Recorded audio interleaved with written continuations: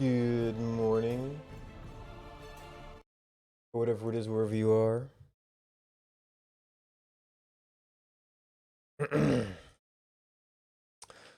So we kind of have something going on. It still needs. We still need to kind of test the resumption and such at scale. I think I actually looked at chord formats a little bit offline, and I didn't see a whole lot we could work with. Can I search for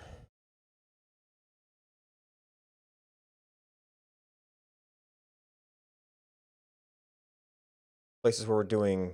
Yeah, was that a meta character? Okay, so there's only two places we're converting it that way right now.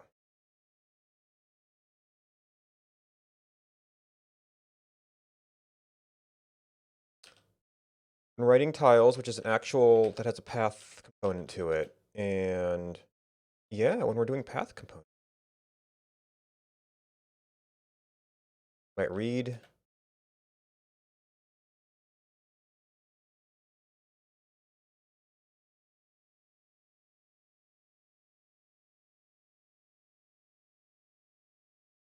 Wait, did I not write tiles?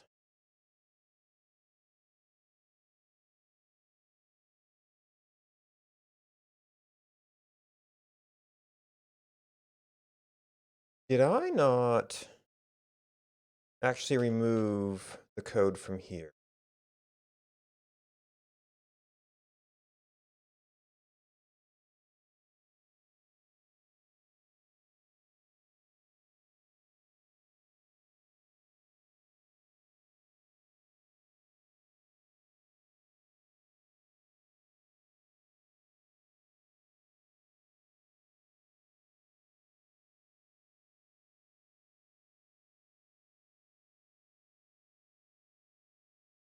Oh, this is output maplog. Okay, I've hardly even been touching this yet. Uh, and this is okay. And are you tile objects?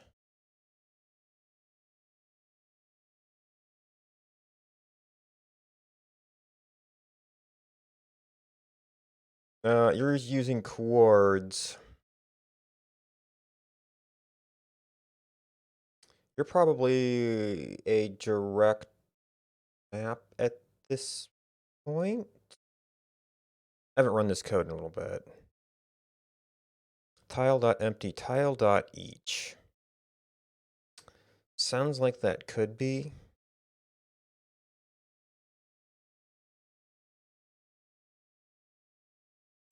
Uh,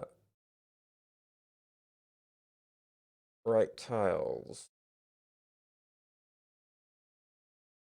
Okay, see, that is just placements, which is just the log. Okay, and then what does the other way look like? The other way looks like another meta character, isn't it?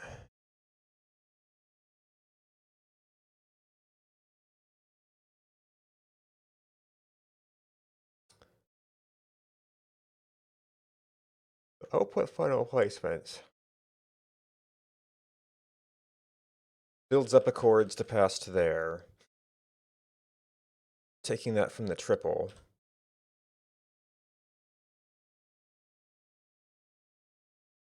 That's building up the triple. Tiled placement log. Okay, I have to do actual coordinate calculations.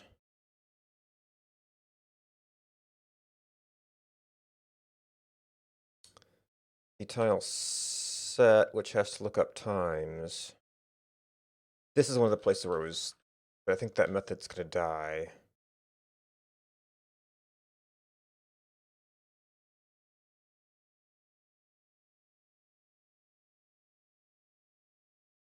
Well, there's time dot add.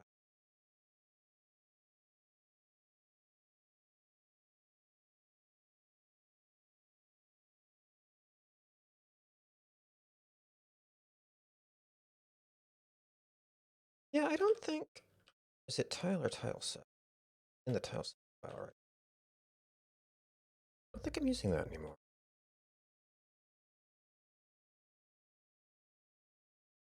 Okay.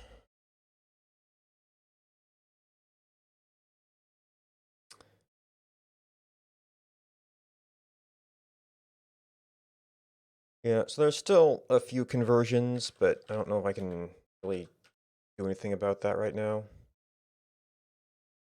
So split by size, that is in tiled.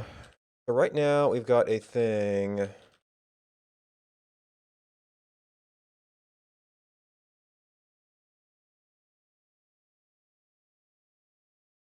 Where I'm doing this by types.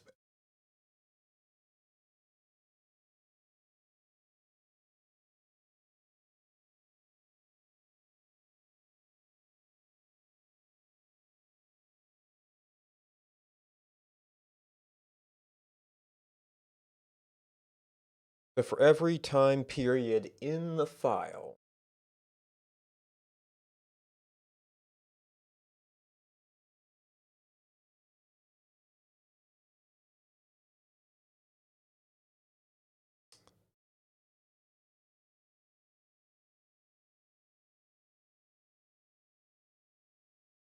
what if we ever started processing logs for less active things? It wouldn't actually be very much data.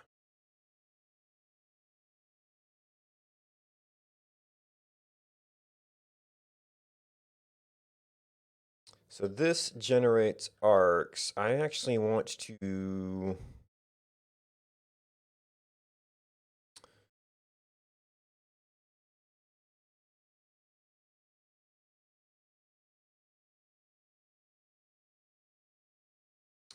Can I just do like file size? It's kind of what I'm after. Now, the file size of the entire log is going to depend greatly on how spread out things are. In the rift, things are probably going to be denser than out of the rift.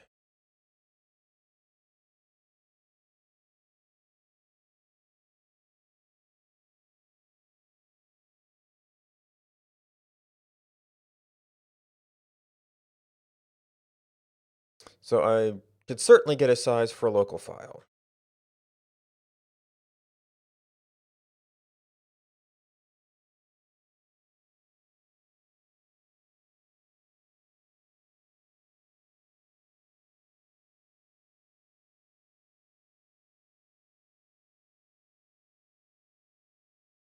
It has a path, it has a date, and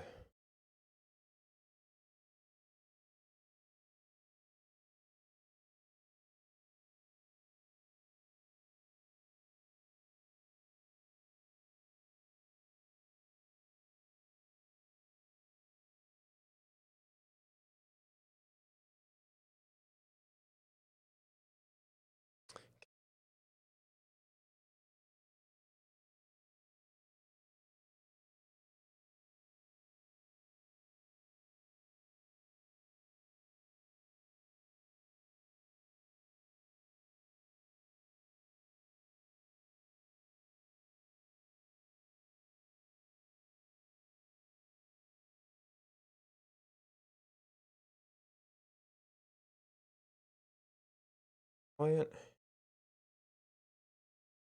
Mine is HTTP client.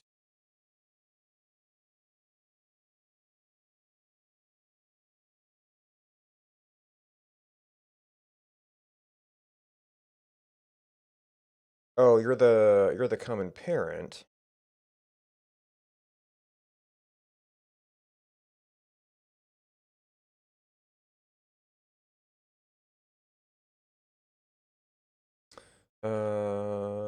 So logs, maplog file.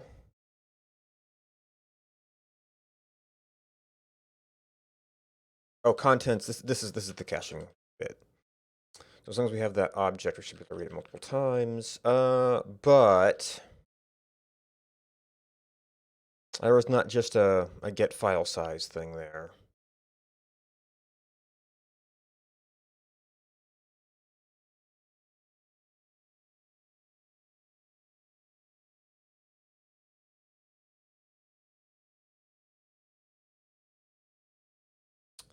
Although in this case, we're not actually going to be able to really get any benefit of streaming this. We've got the entire content.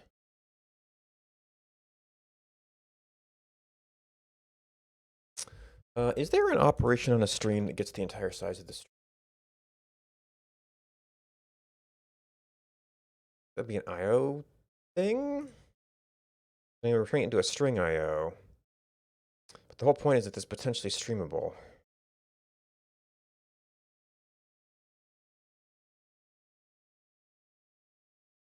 Right.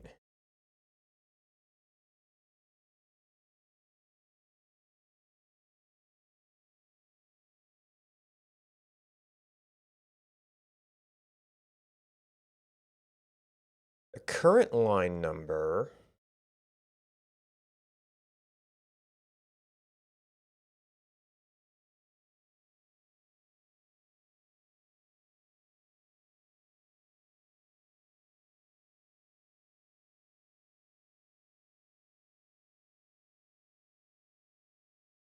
Turns the current byte offset.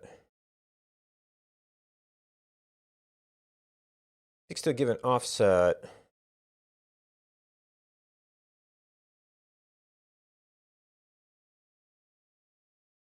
You could seek to the end and then get the offset.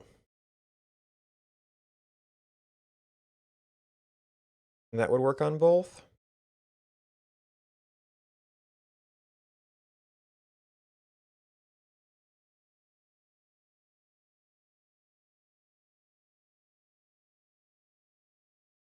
What's the difference between seek and sysseek? Well, this is the one that defines amount plus end of stream.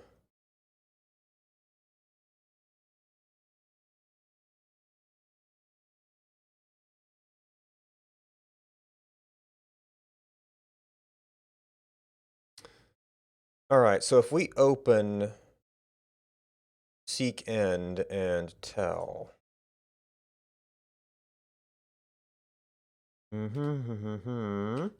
This has the log file.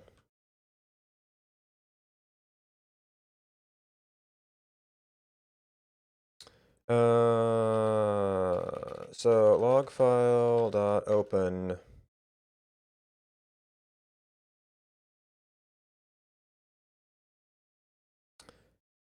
F dot seek IO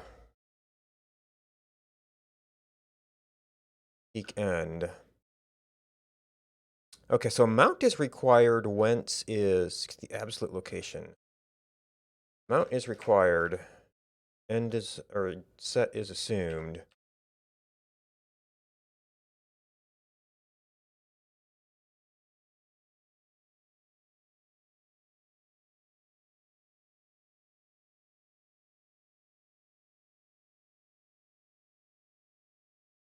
Did I not save this?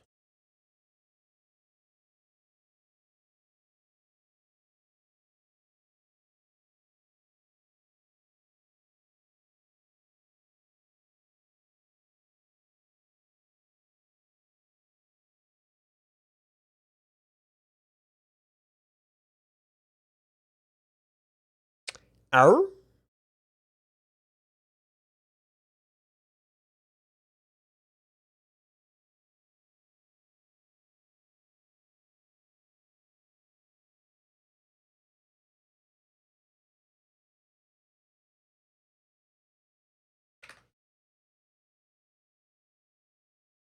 Okay. You got there. Maybe I'm forgetting how I did open.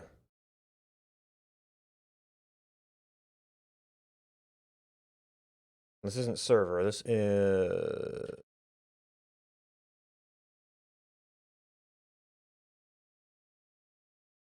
open. File dot open.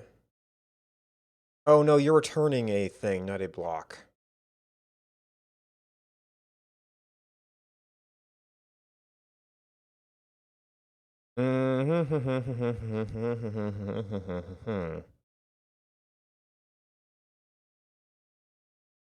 Oh, that means I should be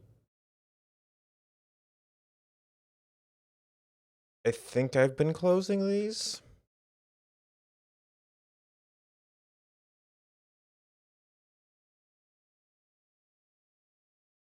There's always like while loops and stuff with them.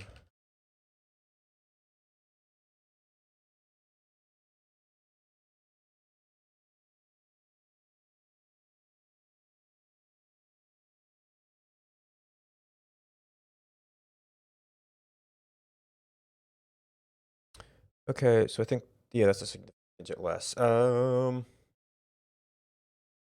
for time periods, I kind of had a sense of,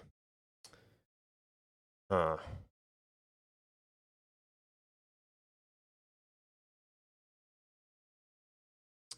This is going to be input size to output size.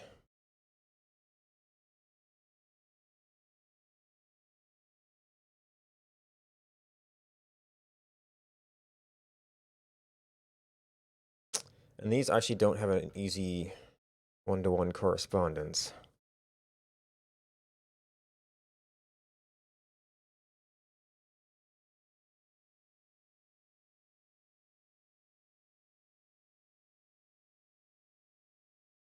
You see that's kind of okay.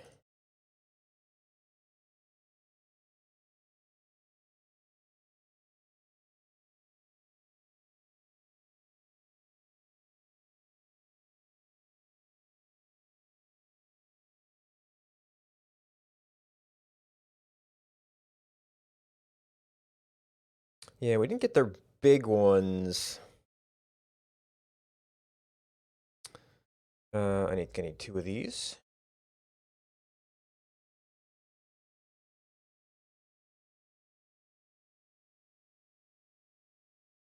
I guess actually these aren't going to be huge. It's really we're trying to size this around maplogs. So it's gonna be around 1, 5, 6, 5, 5. Probably this one.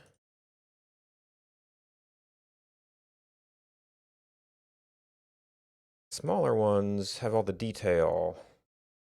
They're also smaller chunks. Well, and there's a 680.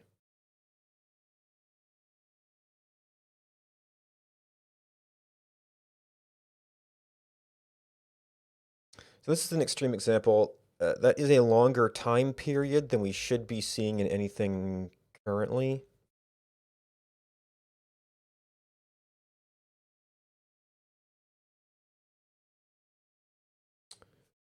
Huh, there's some of these might be splits from resets. So it looks like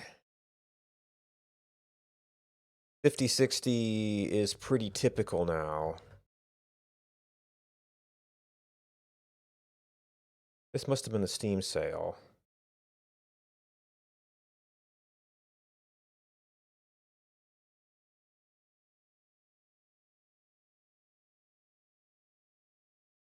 Now, I was thinking of cutting it around 24 hours.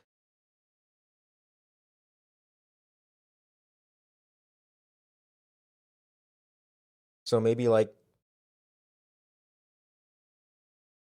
these are still pretty big. So either I should be doing like 100,000 so it doesn't normally have to split.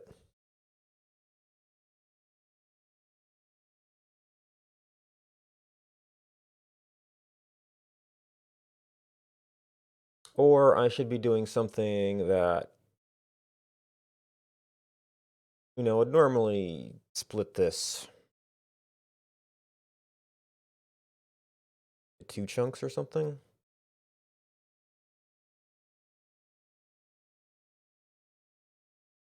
Since I haven't processed any of these, I don't have a good sense for how much that is. Well, 156. 15644 about ish. They're both 4-4. That's probably the end point of the second one. Yeah, so you're at 16. That's not much.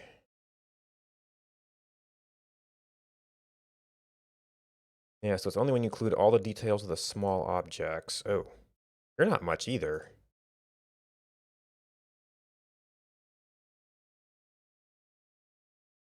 Were you actually conjoined?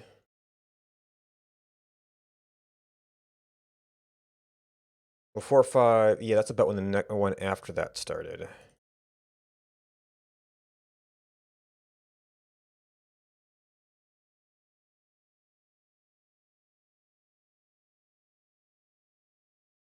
Okay. Yeah, there's 115.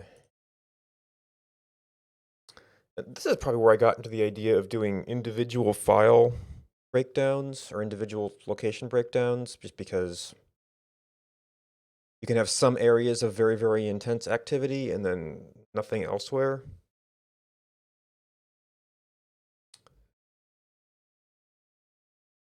Given that that's spiky depending on the tile,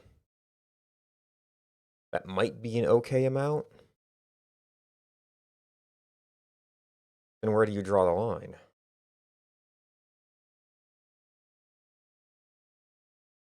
If you draw it right around 50, then we're going to get, 65 would split.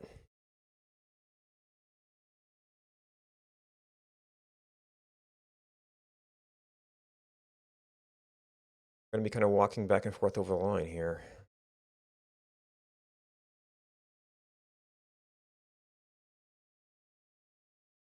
Huh, I guess there was actually a lot of arcs that didn't. Oh, these are larger because we have the player ID. So actually, byte size. I mean, I'm concerned about byte size, and that's the thing I can get relatively easily. But these are all going to be.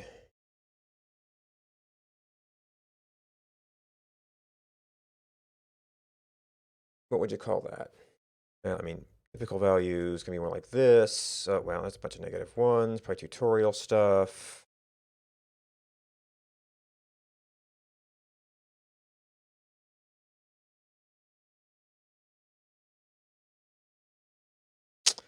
I mean, that's not a quarter.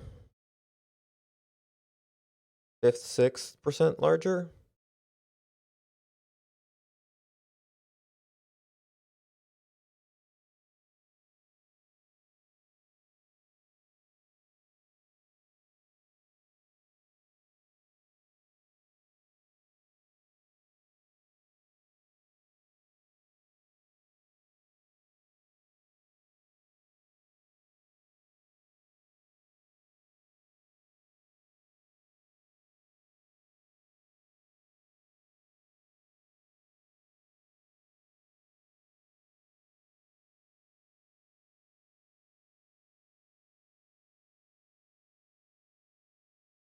Hmm.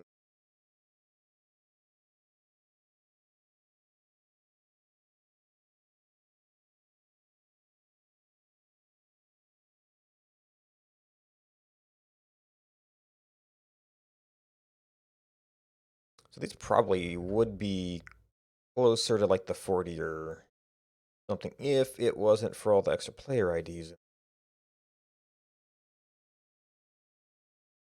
we do 50, we're going to split most days.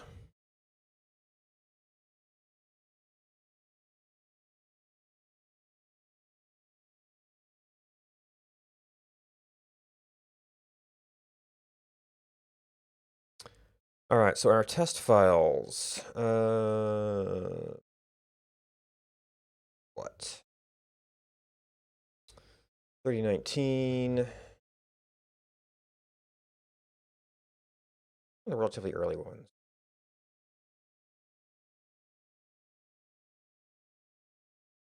Those are my relatively late ones. Okay, so that was a split file.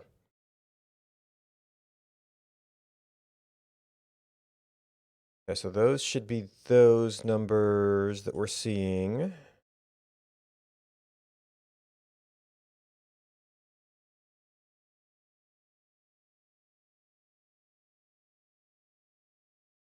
Okay, so we're mostly concerned with kilobytes, megabytes.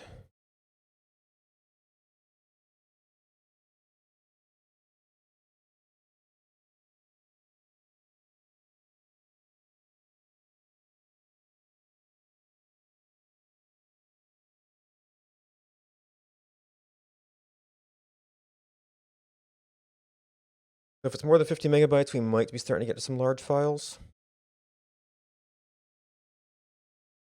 I'll have to dummy this up to test it here. No.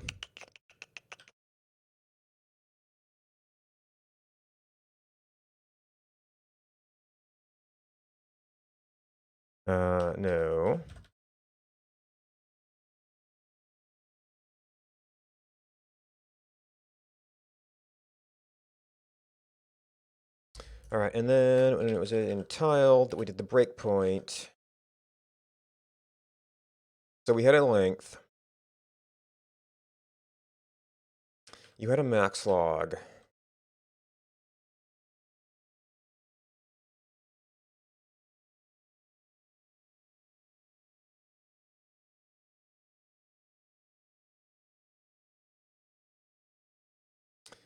Which here we're going to call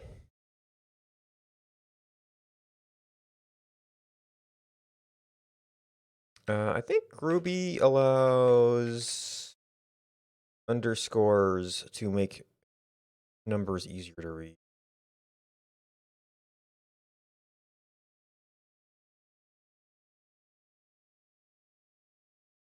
So the math.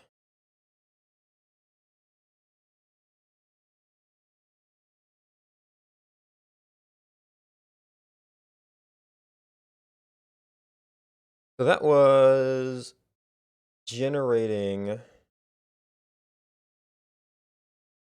specific chunk amounts. Oh,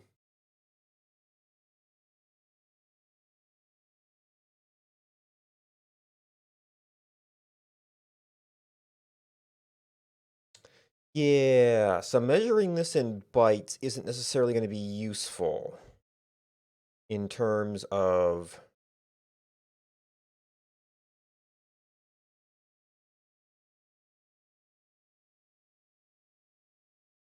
actually doing the breaks.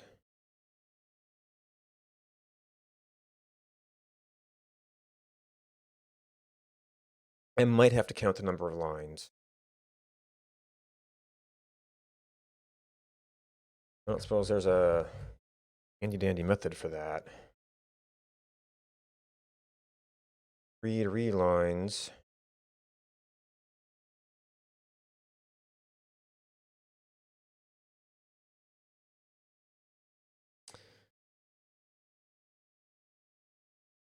Each line. There's line no. Number in it must be open for reading. Line no counts the number of times gets is called rather than the number of new lines encountered.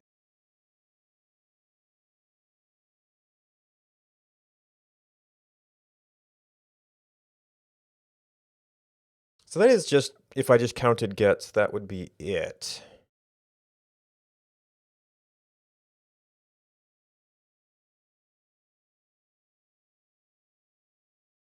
So really, I would have to read the entire thing, which is kind of what I was doing before for the line length. If I wanted to count lines, which would then make me kind of have to reevaluate how I count lines and those different things, but at least it wouldn't vary with the size of the record. The ARC had this thing.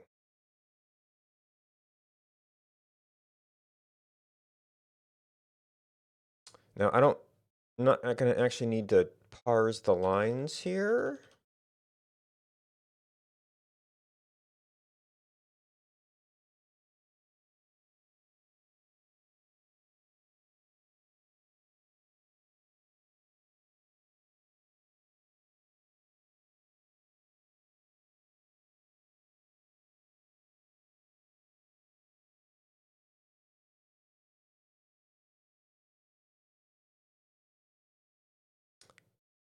I think if I do read lines, then it like brings it all into memory.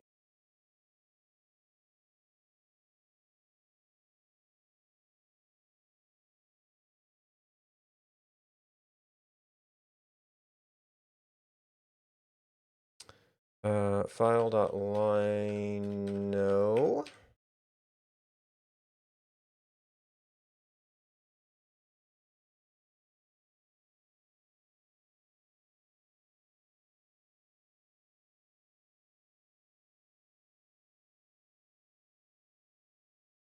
Find local variable method.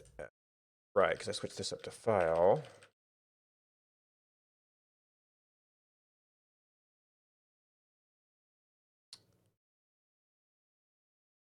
Okay. Well, I can get line numbers in other ways.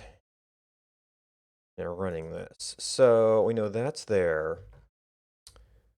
We know this sort of moderate one is 2 megalines. So for these, that's about that size. For a largish daily log, yep, about 2 megalines again. For a really large log,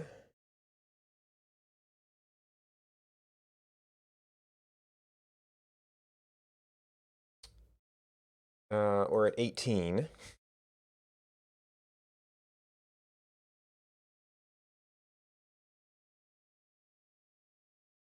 That actually seems extra large.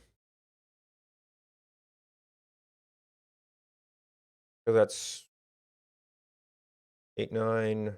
Well, no, maybe that's about right.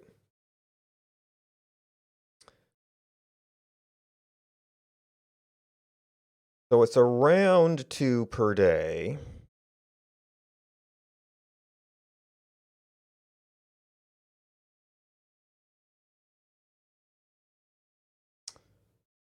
So our average is sitting right around a nice number.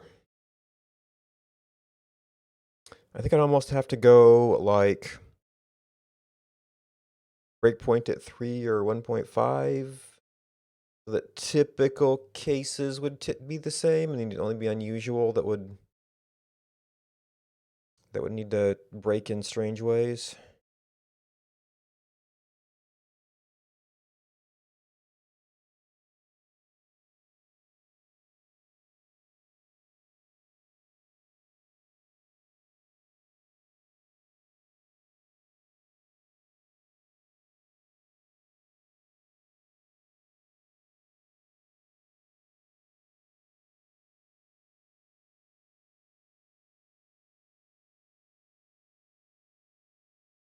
All right, so our extreme example is 18. I'm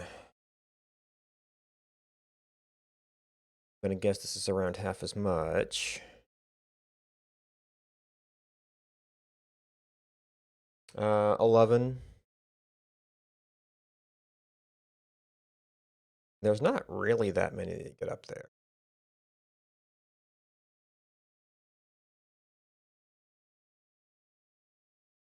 Like 3 or 5 might be reasonable.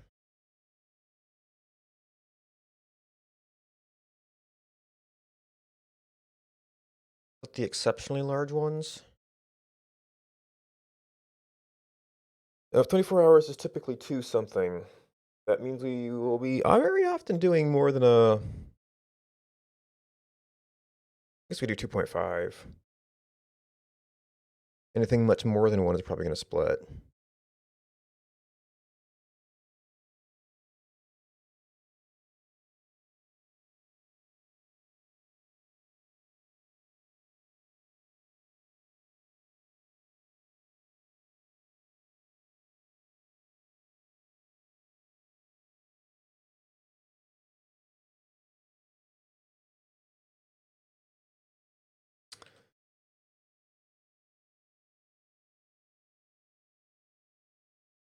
All right, so this is number of lines. This can safely, there's no particular zero here. And we are not saving this right now. Oop.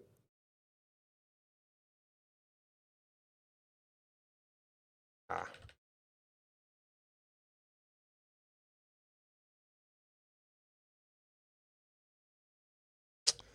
Uh,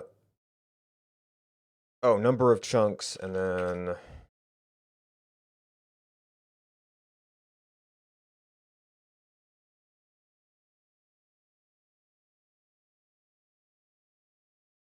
Uh,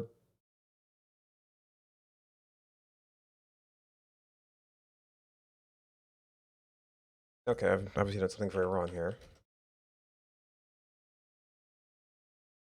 Okay, so we've got lines, we've got chunks, we've got the amount in one chunk.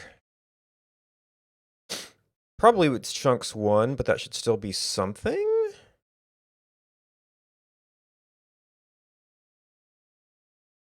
Or maybe this precedence is off? No, it's still an empty array.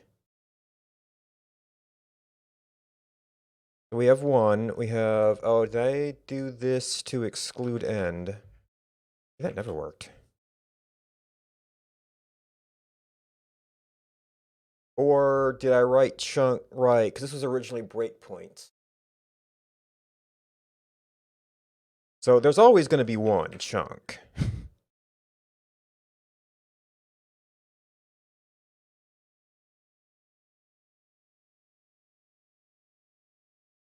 It's 1 to 1. We have no breakpoints.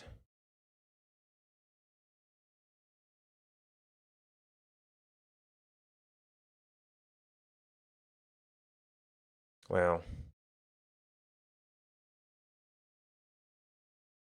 So that's none.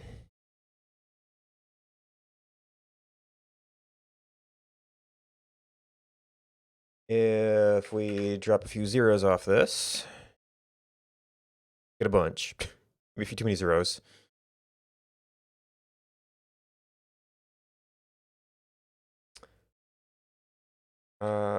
Really, that's in scope. Hmm. And that's not as many. Where can we comfortably put this?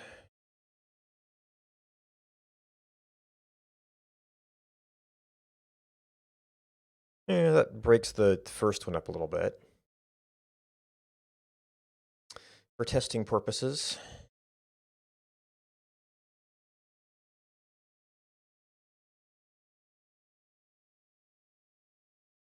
All right, so you are not going to do this anymore.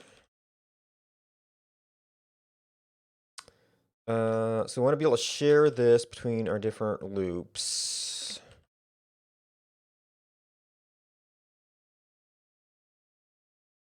Oh. No, okay.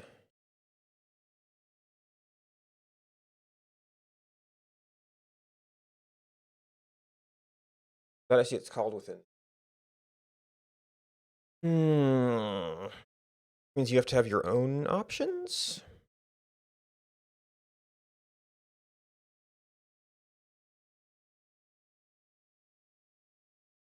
Okay, so initialized process base file is a option.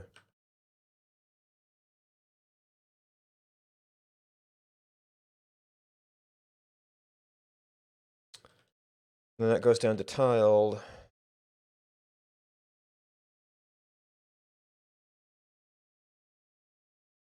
It's moving to the point where you need your own options.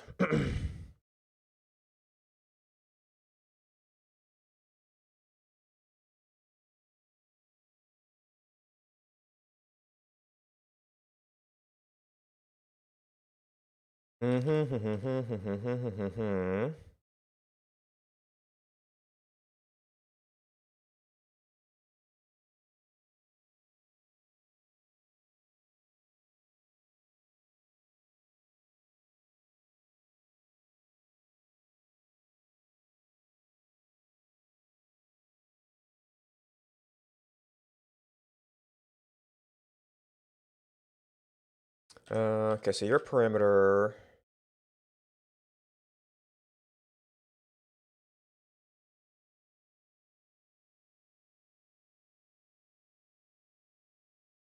Oh, do you not have base file?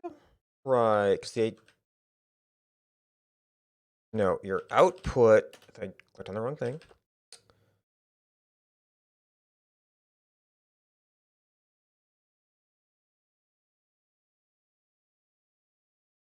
Oh, I haven't.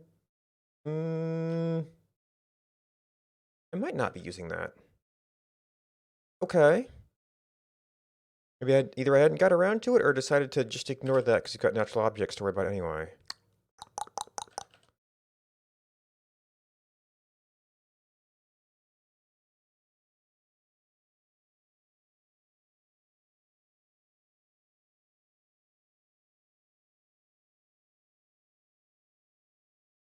So you don't technically use that option.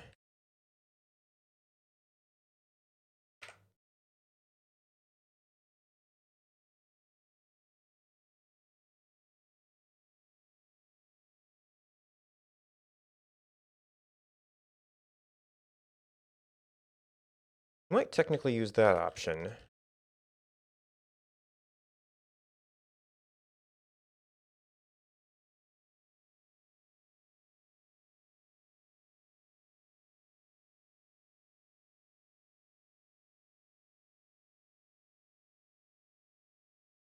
Okay.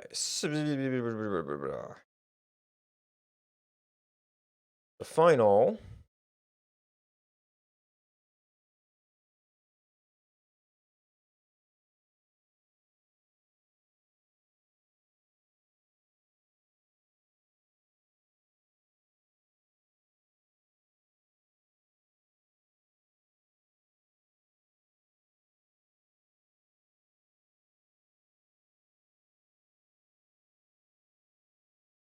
All right, so we can do that scan once.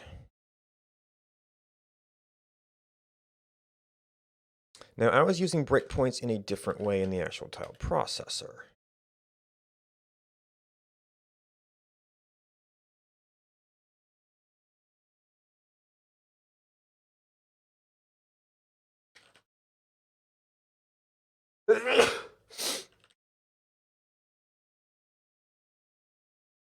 Okay. Yeah, I forget my handkerchief.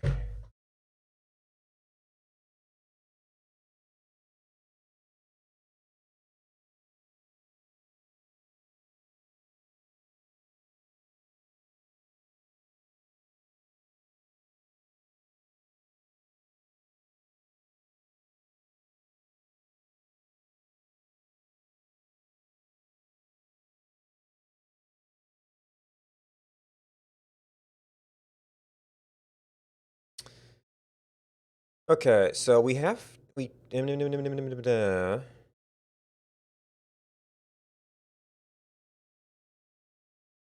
so it yields the current stuff and then resets them.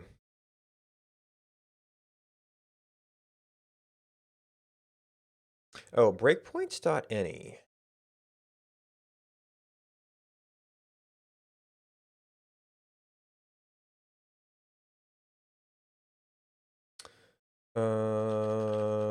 So this had to wait until we had a maplog placement.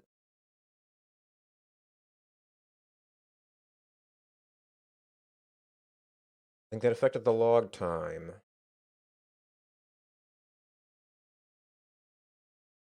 And next.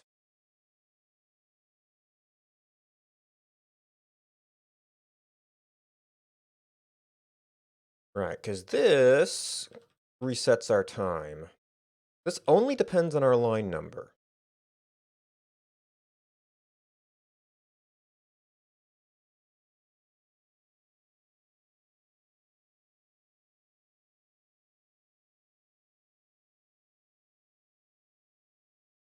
Oh, I want shifting.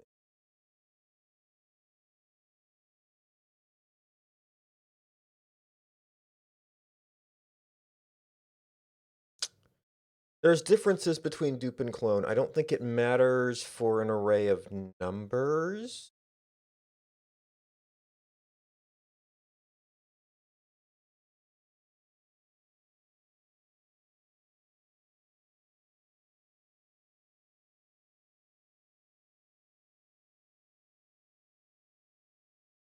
You override these. There are two key differences. Copies the singleton class.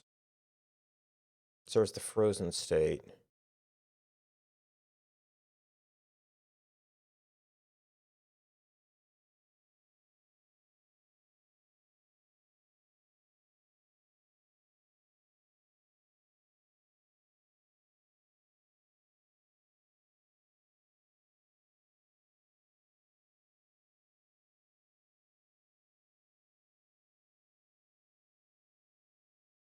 Hmm.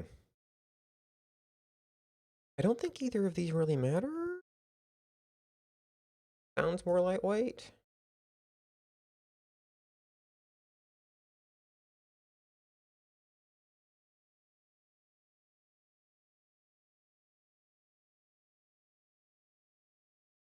Okay, span arc tiles.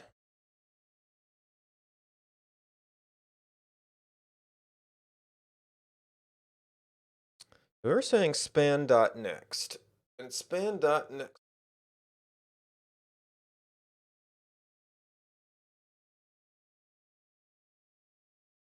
Is that its start time? That is indeed its start time.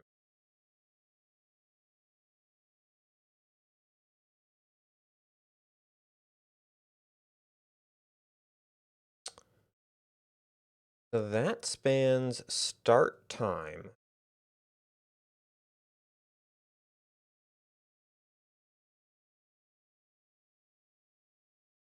Oh, so the nice thing about doing it with arcs, that if we had a split in the middle of the file, as happened for a while, we would not then do a separate split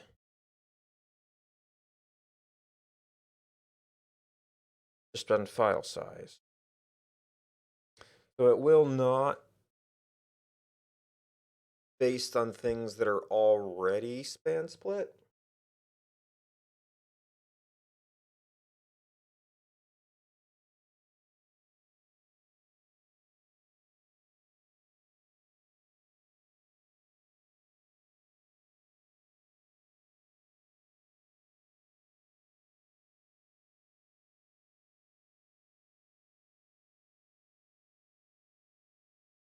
So you would almost need like a lines per arc thing.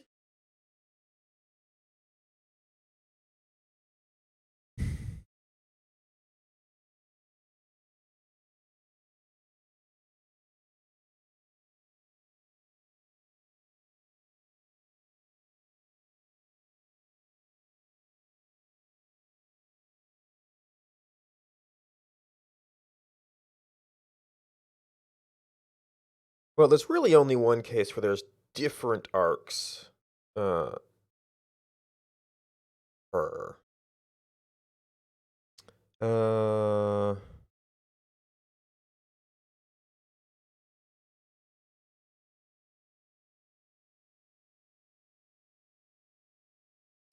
these are both cases after we've gotten the log line.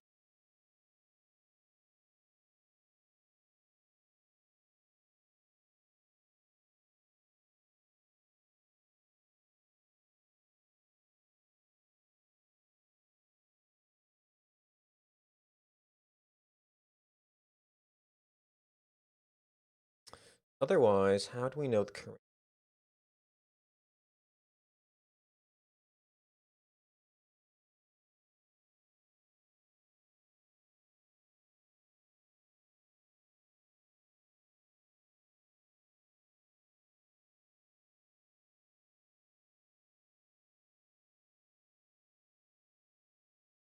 All right, in order to keep things straight,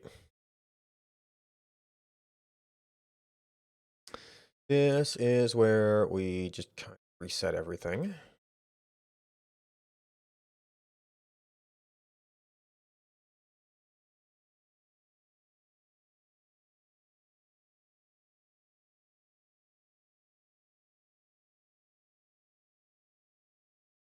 Yeah, bunch of little sets.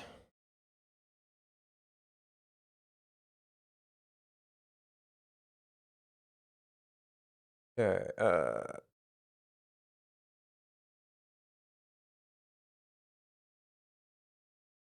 wait, what? Why are we...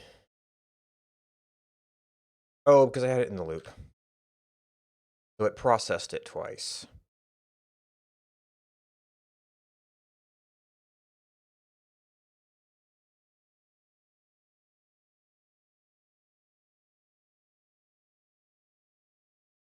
Now, I don't necessarily see readback here.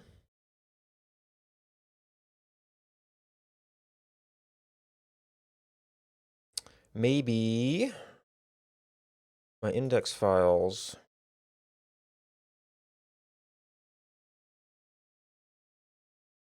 Zero, t blah, t blah. Oh.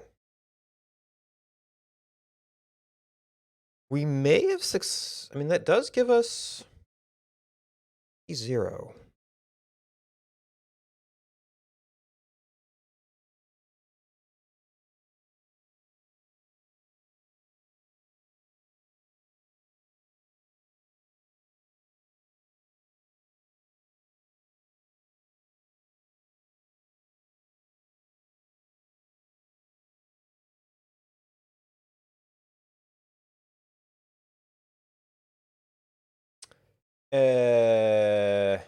That seems like a problem.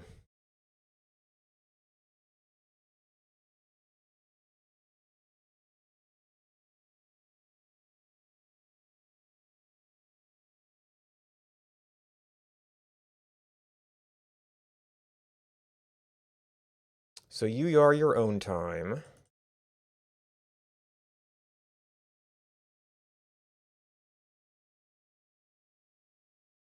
And then we get then we start getting T0s.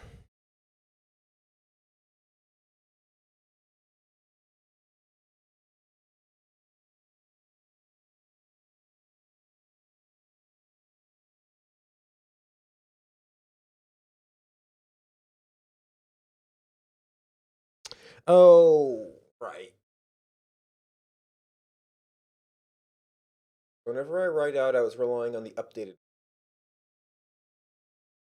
I never bothered to actually set the timestamp.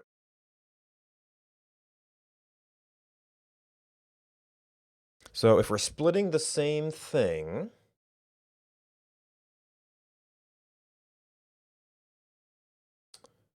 well, that is going to yield the current tiles.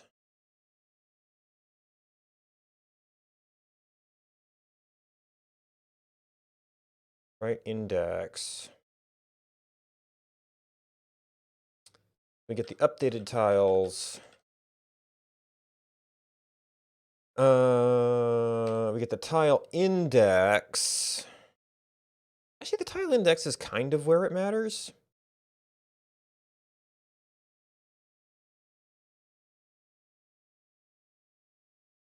I'm pretty sure there's some sort of tile reset process in this. So one tile index is probably fine.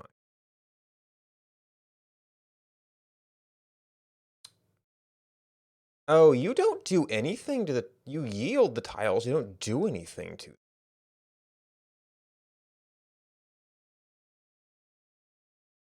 Because that used to be automatic.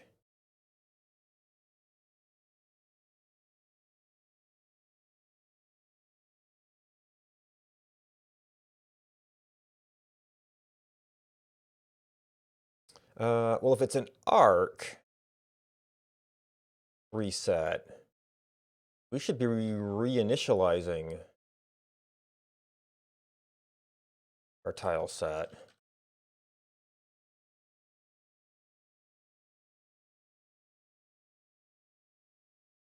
If it is... Okay, so you do a new copy tiles, but nothing in there fixes up the times.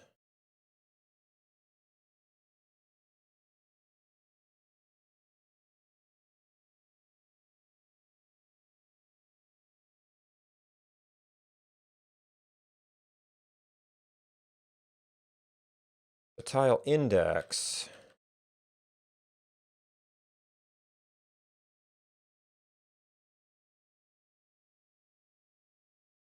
Tile set. Tile index. Says if it's updated, return blah, blah, blah, blah.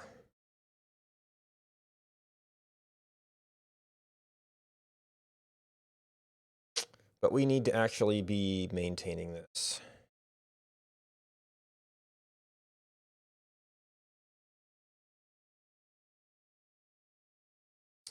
So here's an interesting thing. We do need to know it's updated.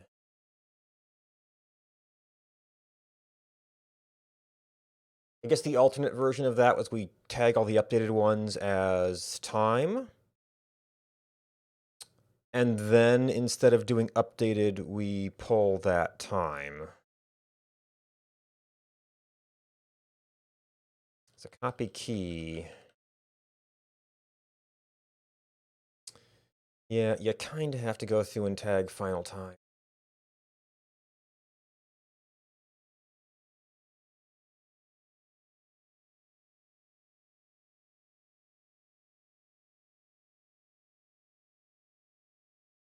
And a tile.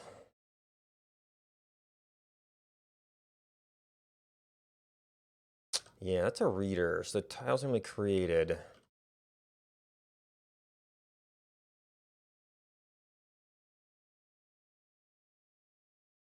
So either the copy process has to tag updated tiles.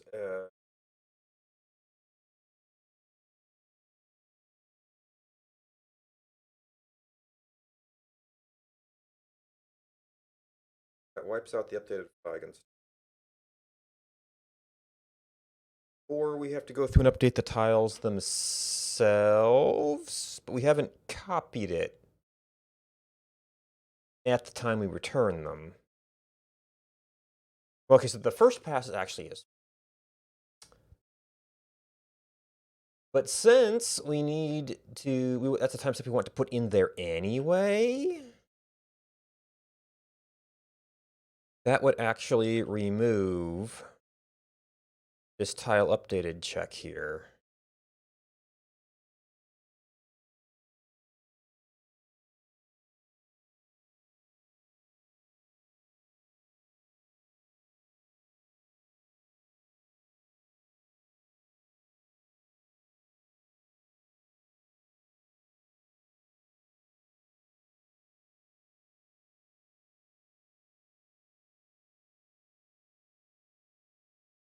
Or do we actually? Well, we want to output the updated tiles. And we need to do the index, which is sort of our same thing as our setup for the next state.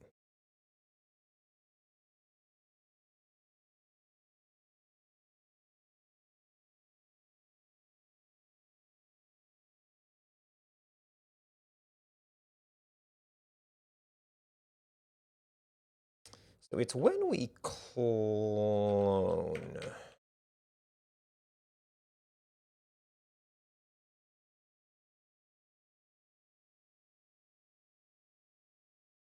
Tile.copy.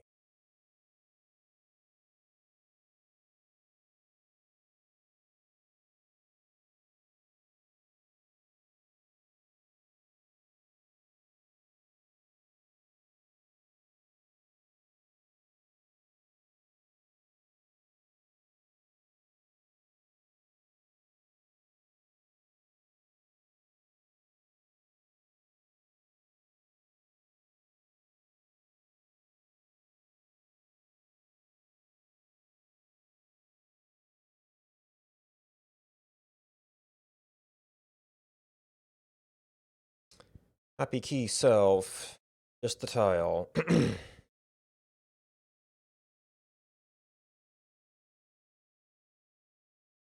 New chords with my time.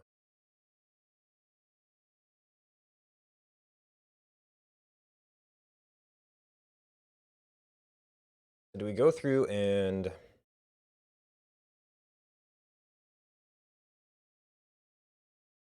So I've been using the copy process to clear the updated flag. And I guess placements too.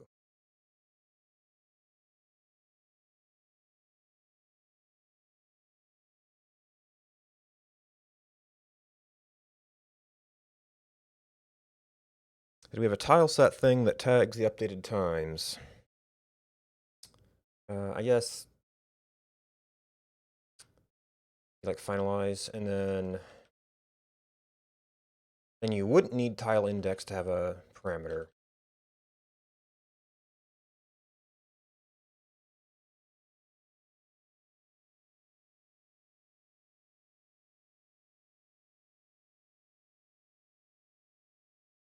So well, it looks something like this.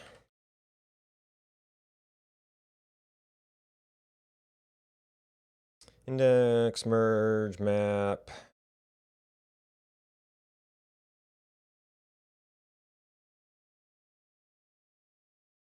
Tiles.values.reject empty.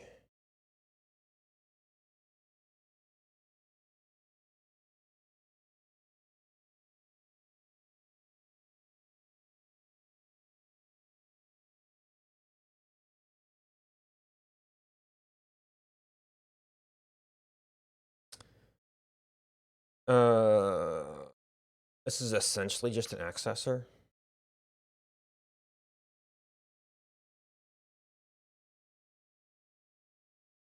We can give it a different name.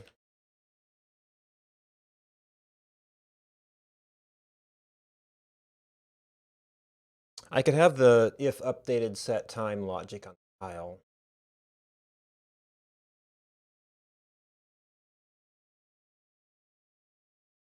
Oh, I guess this is something that only happens to updated tile.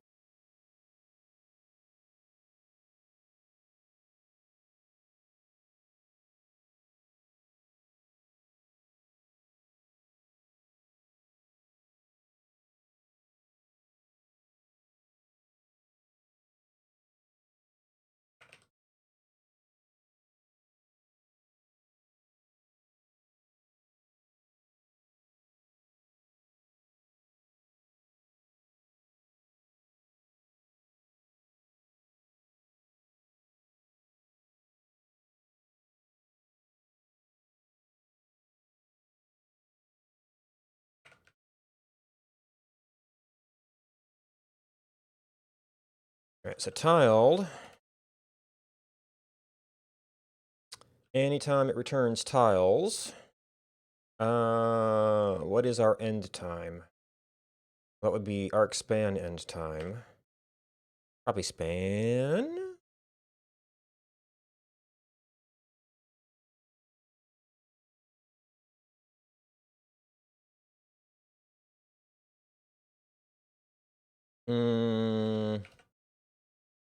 So modification to tile set.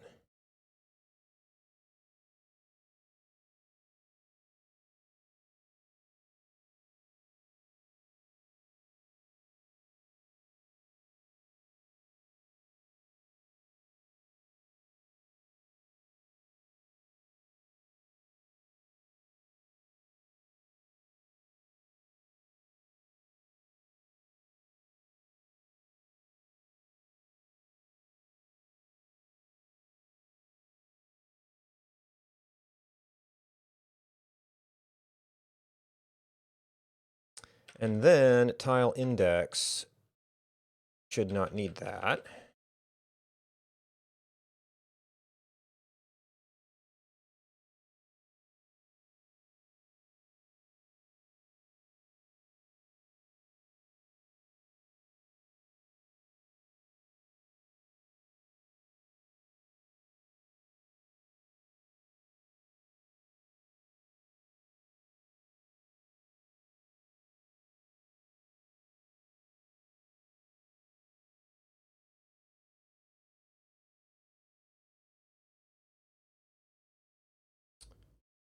Where were we?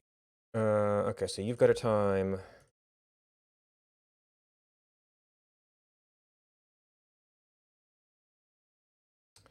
We've still got zeros.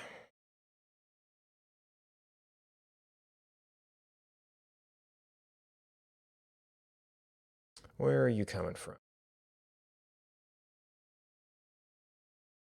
Hmm.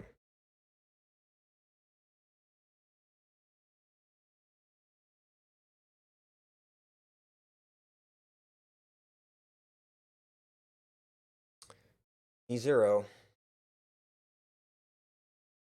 Do I yield anywhere else?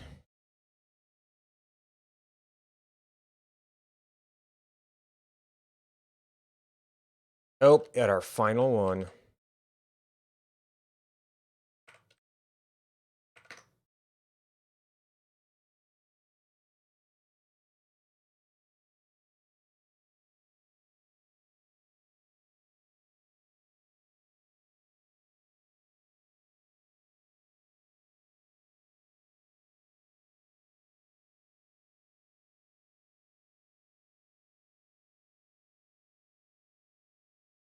Okay, so everything there is timestamp.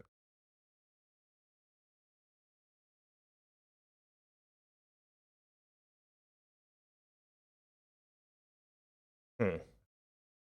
So this gets less efficient the more it gets split. But normally we'll be dealing with very large numbers of tiles processed.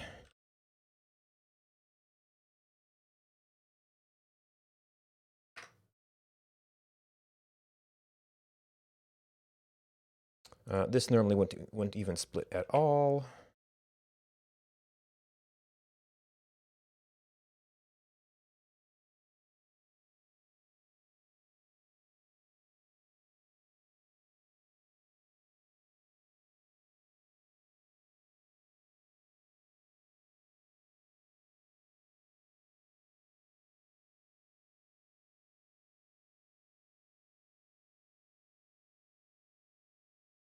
All right. Yeah. Multi-file arcs.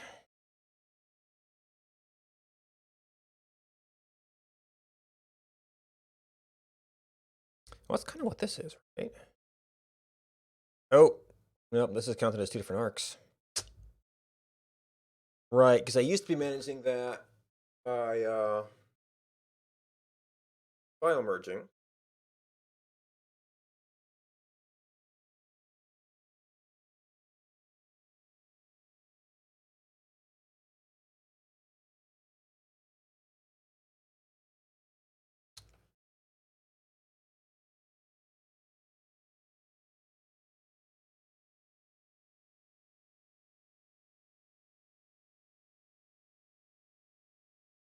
So I think that will end up being essentially if, well, there are certain things that should the arc start at a certain point should do that. Well, arc start. This is actually going to get kind of ugly going.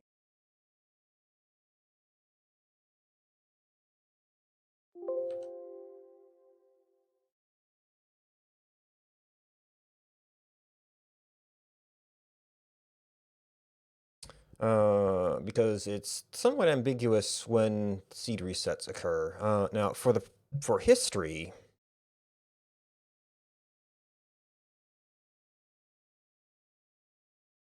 it is whenever the seed changes.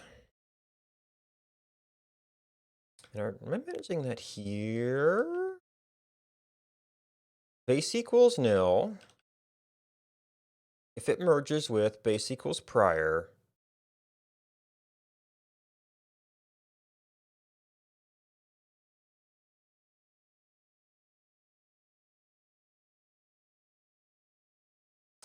I might want to have some abstraction for this if I end up doing multiple versions of this.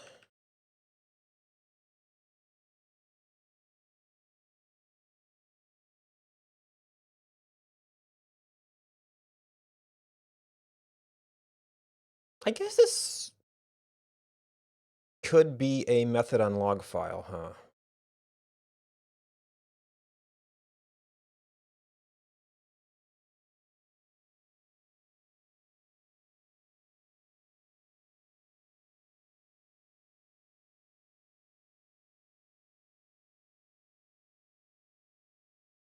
I don't need to print this anymore, I think.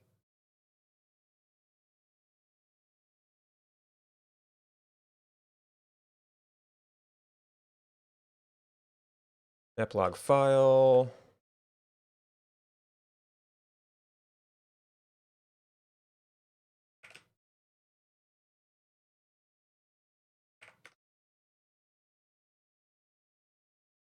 And then you just return, and let's see, did you just own maxlog? Or should that be a parameter? Maybe you own it and have it be overwritable.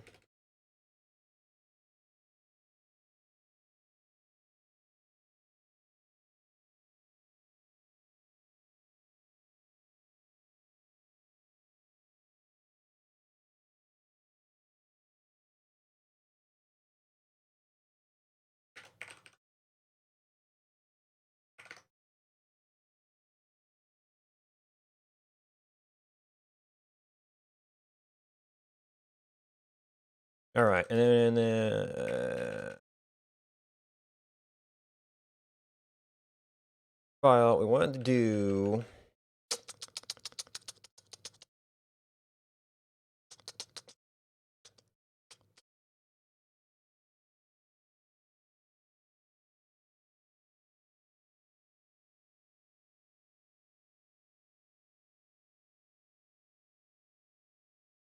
I guess the parameterization is not great if we cache it.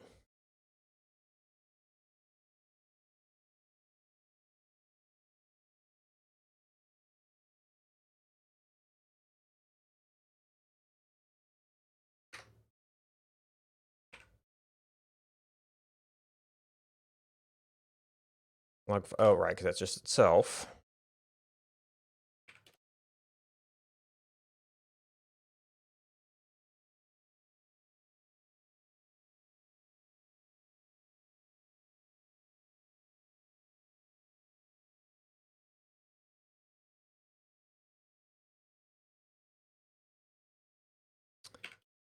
All right, okay. Base equals prior, base file base.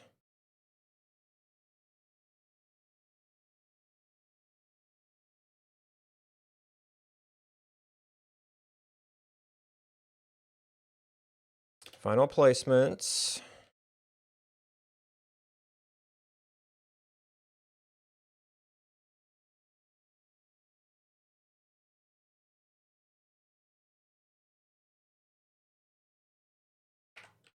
You have the arcs files. This is by start time. It'll overwrite it if it was the same time.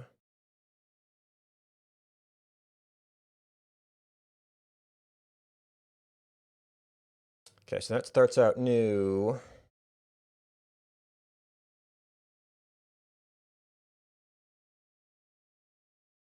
That's if it's a start line.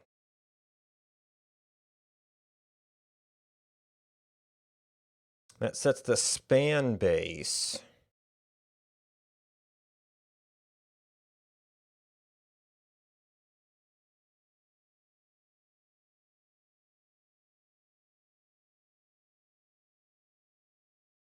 I have to pass some arc.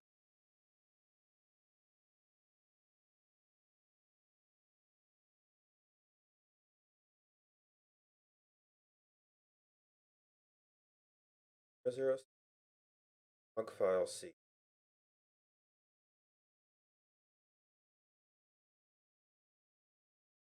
That could go back further than just the base. The base is just chunk before. Arc could go way back.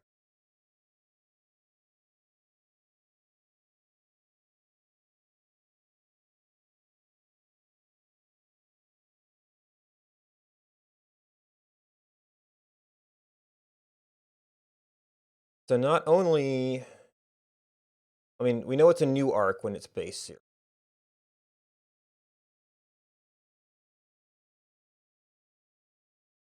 That's fine.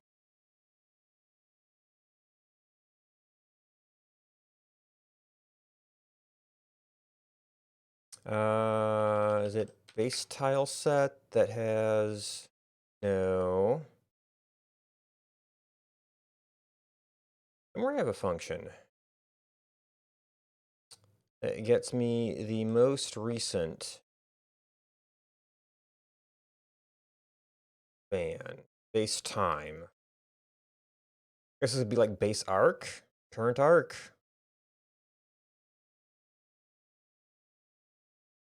So this is if there's a base file.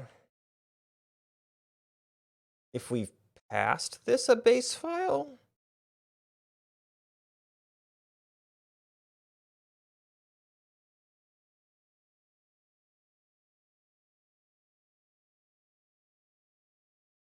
Right, if merges with, we always go through the list even if we don't have to process it all.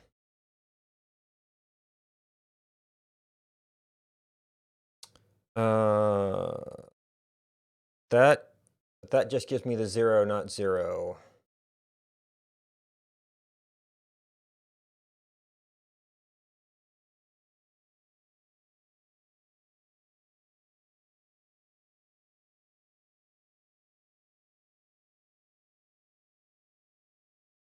Well, log files with a timestamp.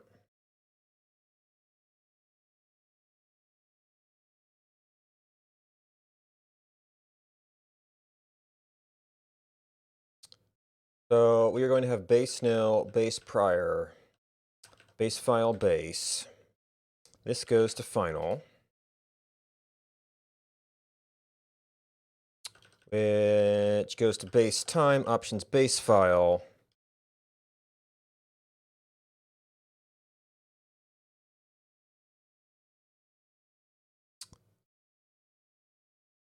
If base file, do base time. If base file, we're continuing a previous arc.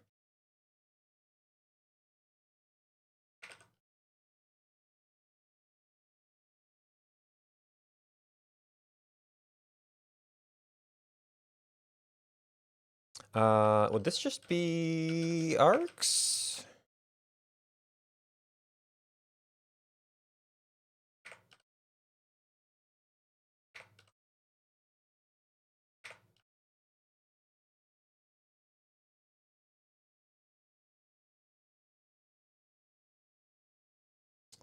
Less than or equal to log file.timestamp. Wait. Is this supposed to be base file?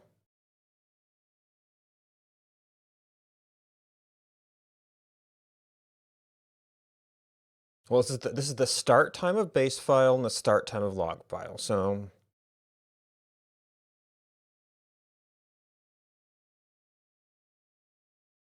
now for an arc, less than or equal.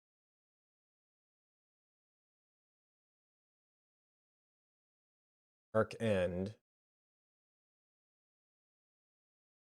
That's the current end of the arc. Well, the most recent arc that only counts. Oh yeah, and before our current start. Arc end before our current start. What if we reprocess?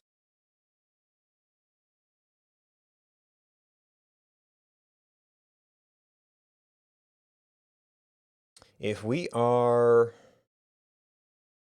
resuming,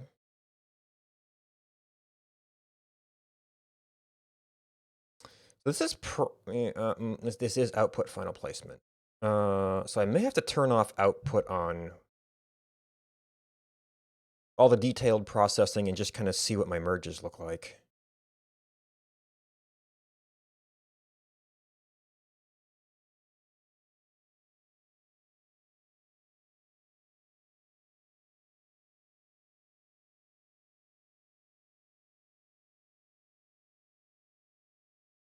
Timestamp was before the start.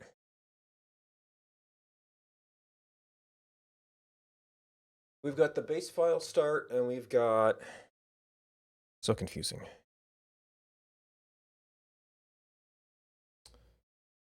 So we've got a base file start, we've got a log file start.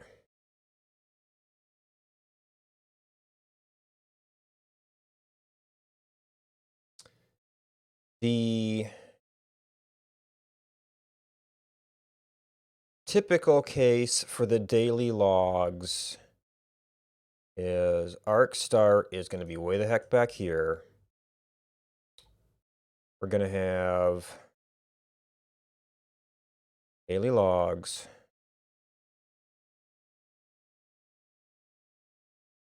So given that these two merge,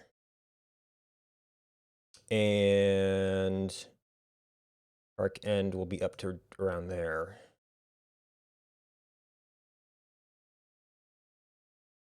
If we're reprocessing, there might be another arc continuing on from there.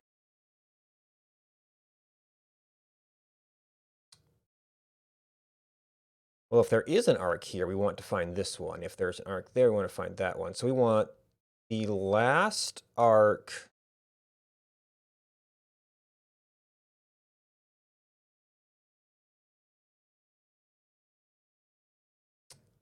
that starts before or equal to this. We've got a base file. That means these should be merged.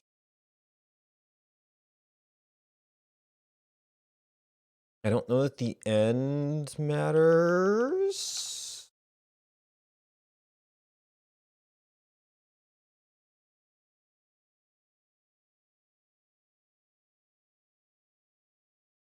It's like everything before, and then we want the most recent end.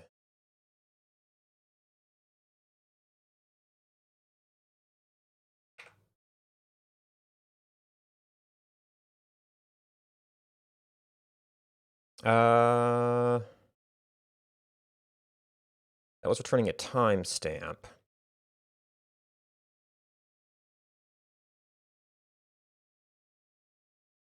I need to know what values I need to pass in to get things back out.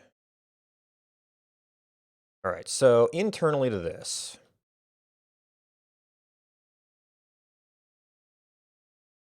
well, updates to the arc log do involve processing. Shoot.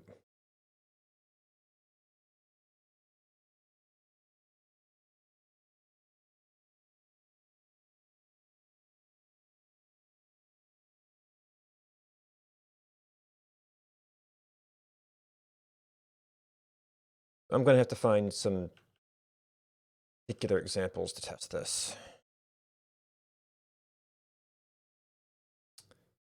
So we have start, end, seed. Seed's fine.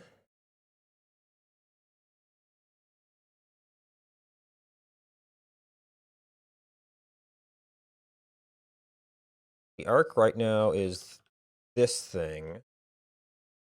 Although I did convert spans over.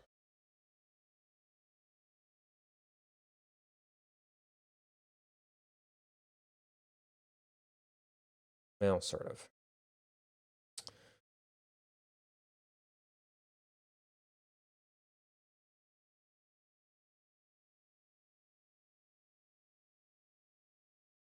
Maybe what I have to do is pass in base arc, and then arc starts out as that. So base arc is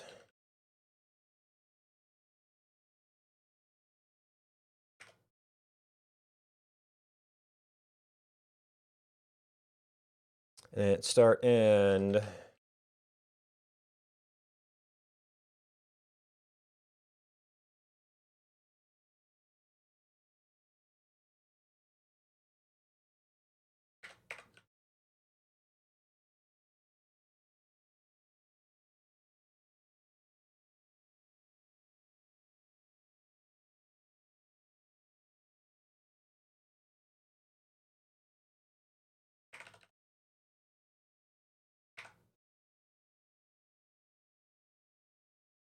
Base tile set. Time is base time.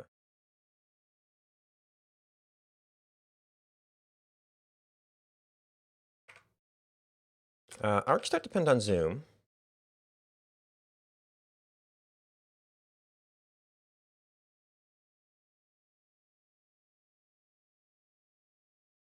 I don't depend on zoom.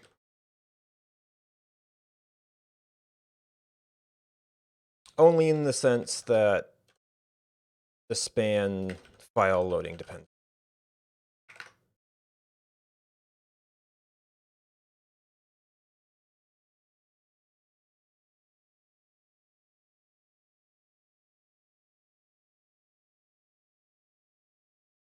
I kind of want to pull this out just so I can print it. So arc, the word arc gets used down there. It's called base arc.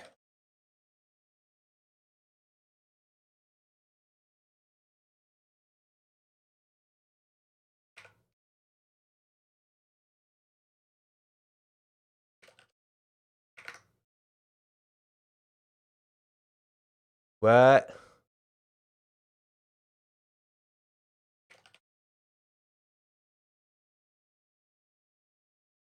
Your hash, comma.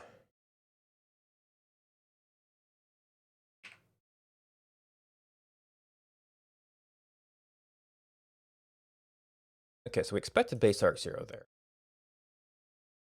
No.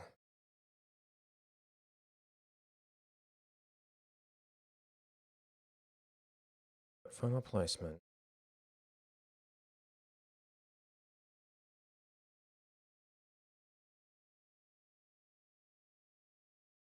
All right, base arc. Oh wait, base arc is the name of this thing.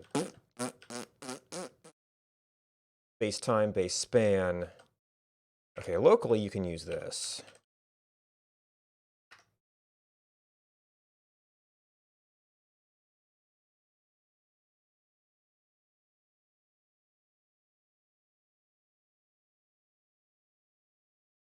Okay, so when we processed the second file, we did get a base arc. So that's actually this is the test of the resumption. We usually need to test not resumption.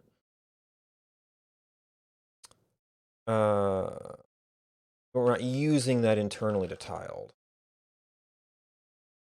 Does maplog use arc at all? No, so that's fine. I might yet need to separate those.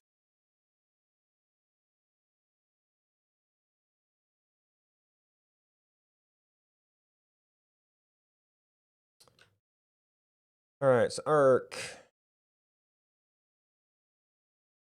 equals options base arc.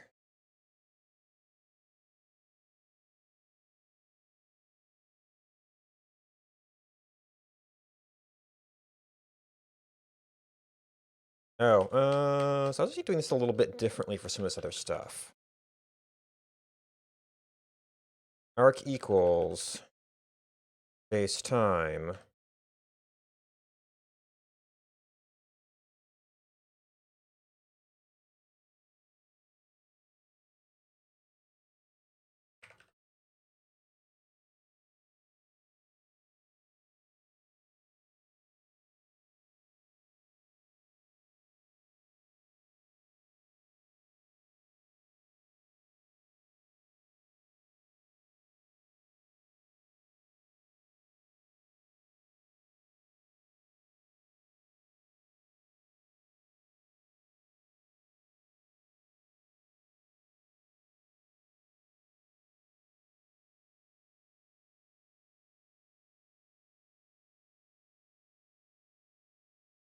I'm going to want some feedback on this for now.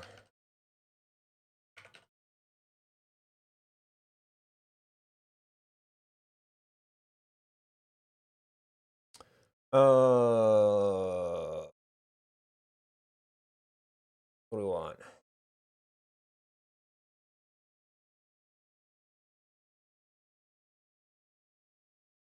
Arc's a little bit gnarly.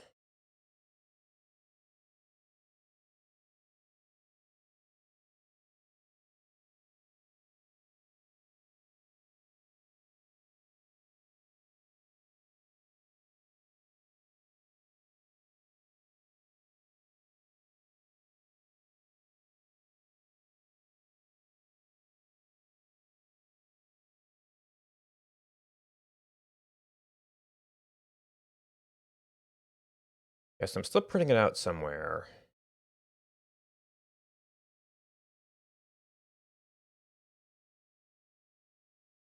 Okay, so we had already defined the range of this arc to be efficient from previous.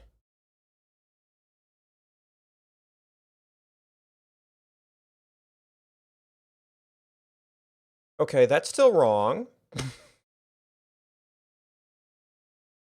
It says it's resuming, but it's still wrong. If it start equals 0.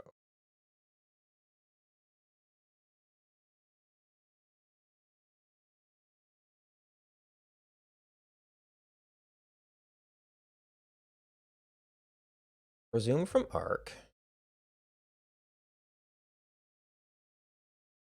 Okay, that's a little bit better, but it didn't seem like it updated either of them. I guess it was able to find this other split arc looked more appropriate.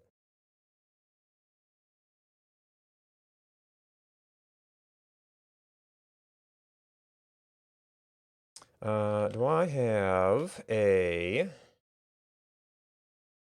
multiple files, one seed, one arc with multiple start times, 2 arcs in one file? I think. No, that's just a smaller data set. And actually merges with is taking care of a lot of the stuff.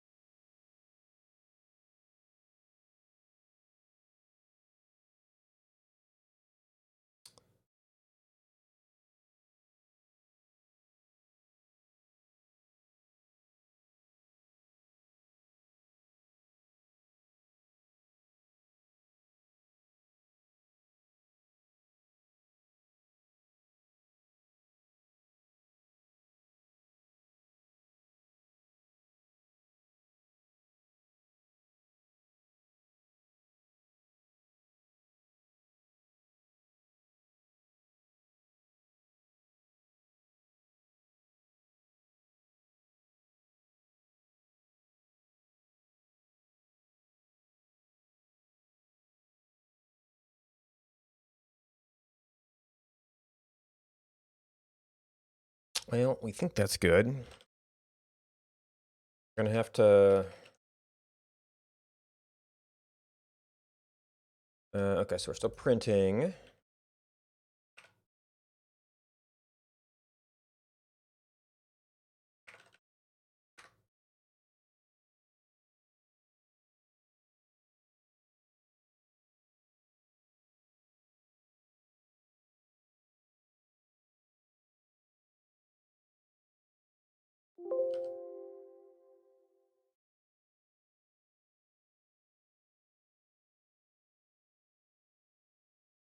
So multi-file arcs seems to work to an extent.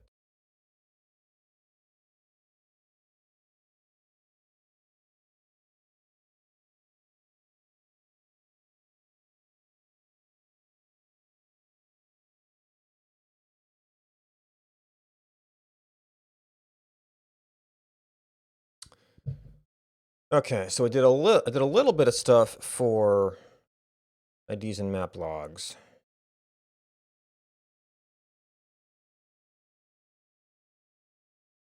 Just to make it parse.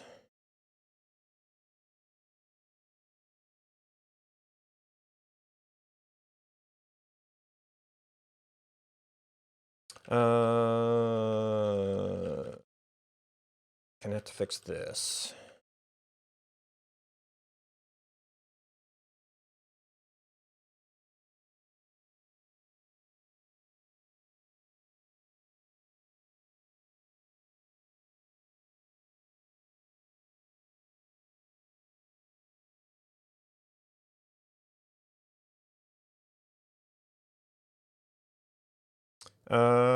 Object size.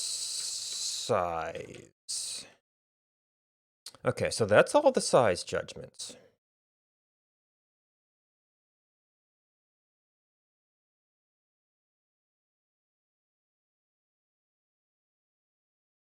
So if we have size information, This code can cause a skip.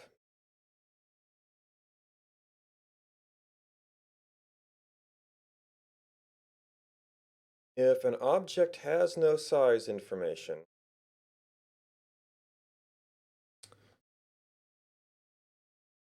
I think we have to consider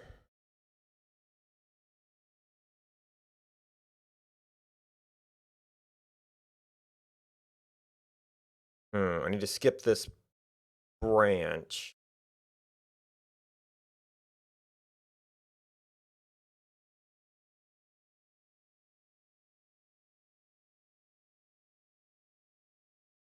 Potentially that could just be a condition there. I just have to roll that out.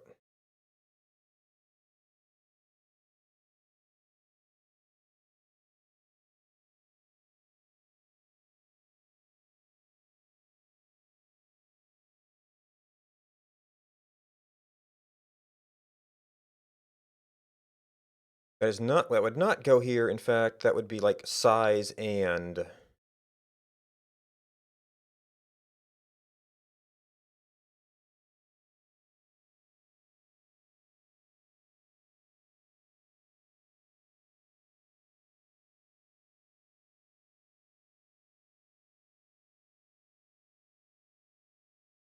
oh, there's a second thing here where object over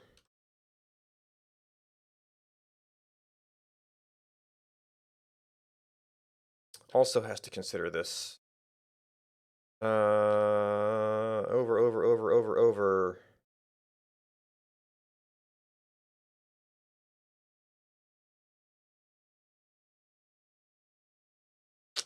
And that's a pass in.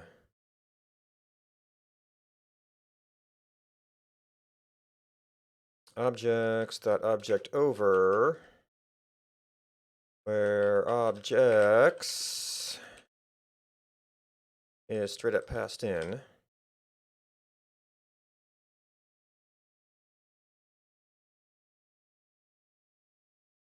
What?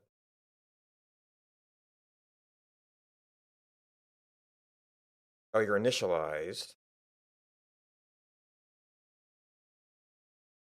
Object data.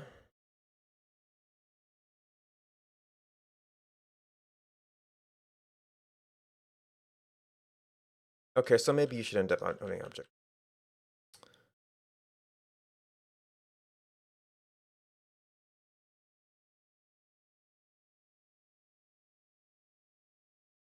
Was that a hash new?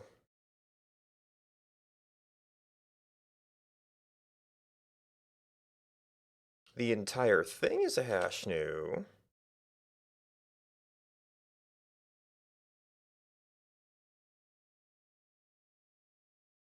Metadata object over. Yeah, now you see, but that can be empty.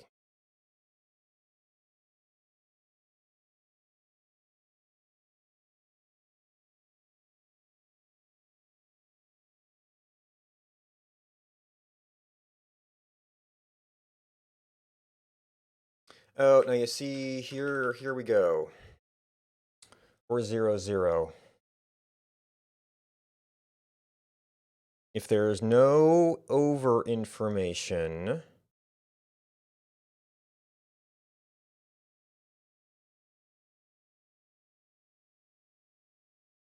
well, I mean, this says unknown object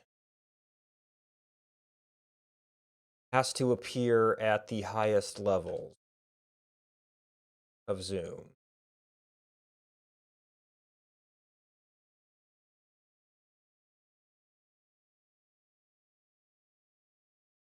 Which I guess I'm more okay with that.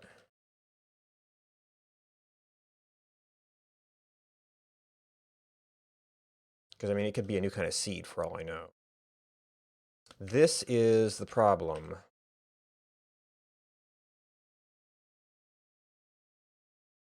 Well, no, but if it skips here, it doesn't get down there.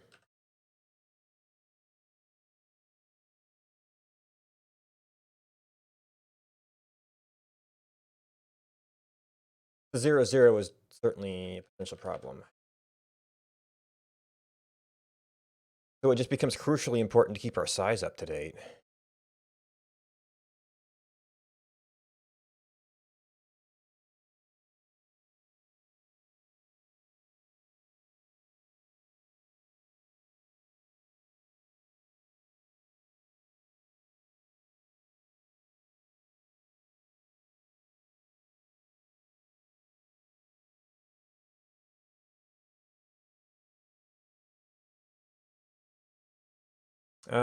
So what is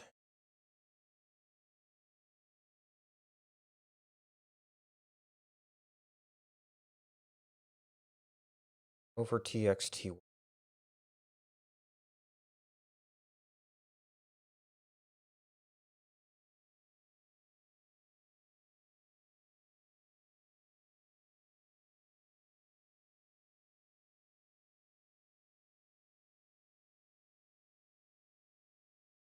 Uh,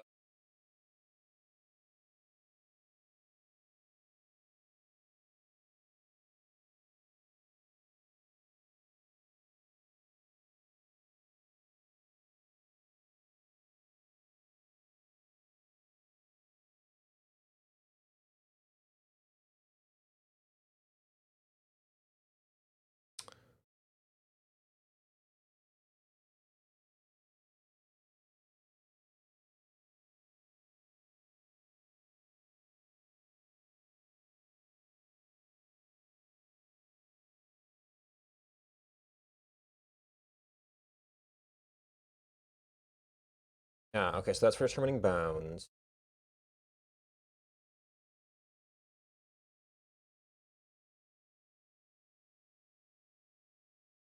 And then if that thing could potentially push over into the edge. So this kind of is a object data thing,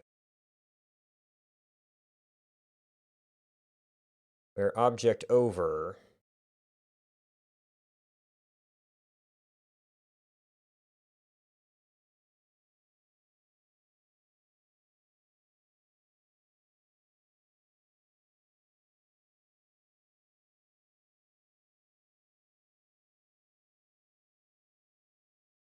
has to default to returning a very large object.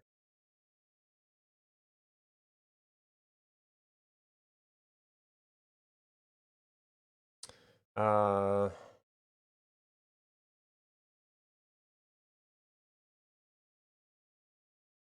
Object size could conceivably do something similar.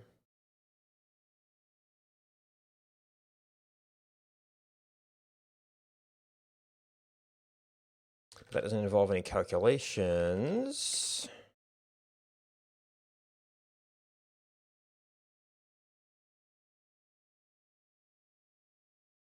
But 0, 0 is not something we can fake easily. Because it is relative to the coordinates, but it depends on sizes.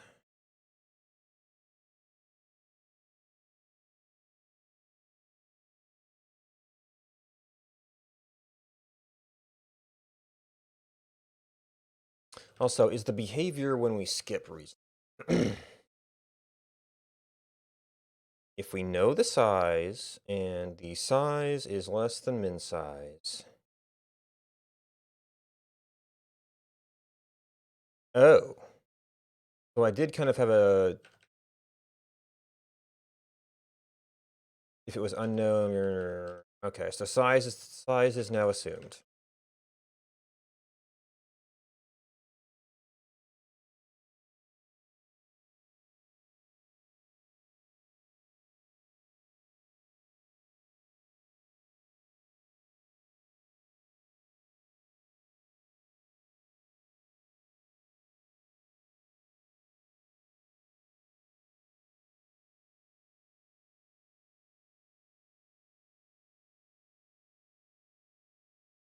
Yes, if it's too small, we treat it as a 0. Or if there's an occupant.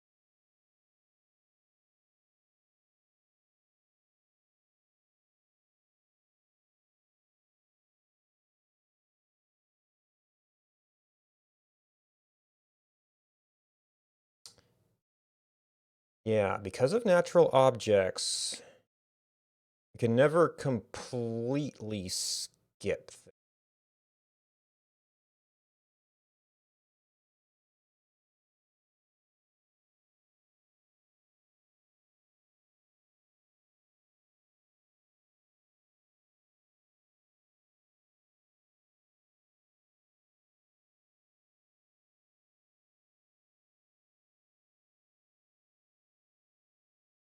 We care if there was something there previously.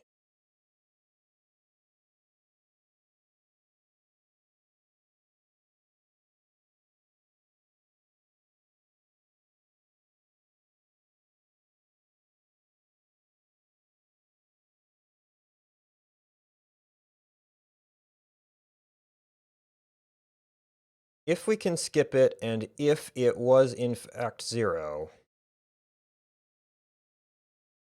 is in written to 0, we'd skip it.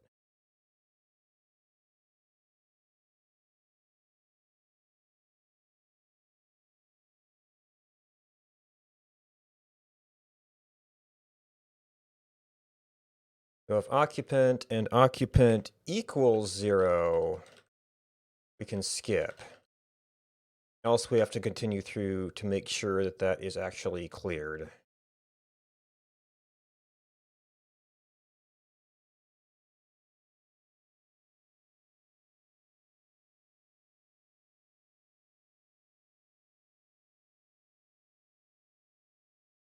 And that way, any number of small objects will all just get compressed into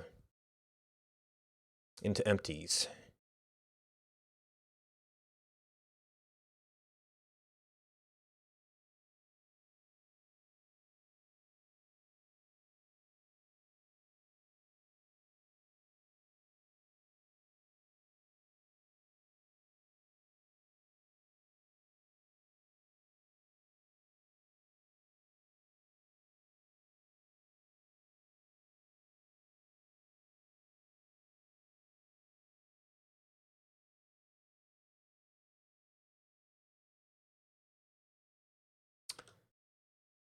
All right. For every over, we always set it.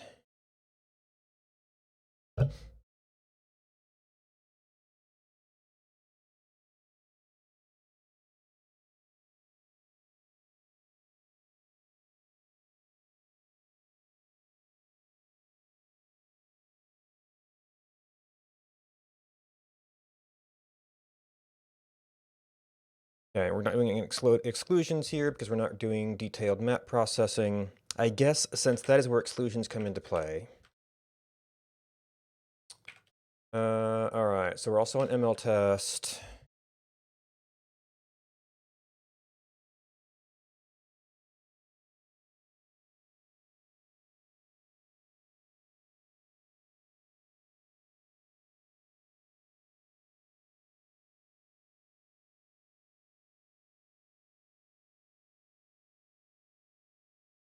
Oh, okay, well that broke quick.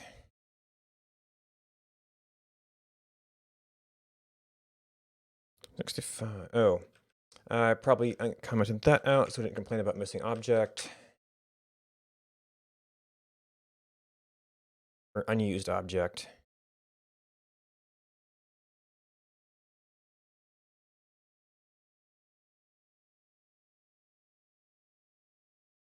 Even that little one processes a little bit.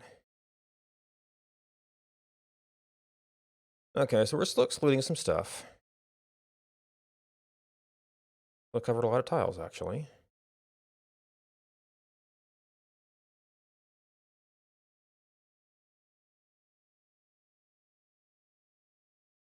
And then those, we could slightly optimize our exclusions and stuff by resuming data, but that would also mean reading back all the data.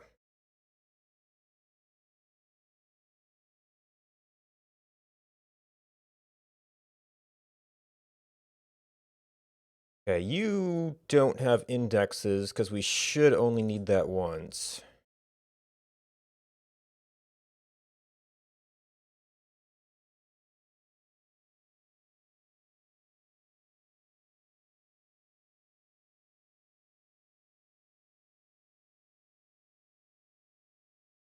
Here are the tutorial ones, the biggies here. 1 kilobyte.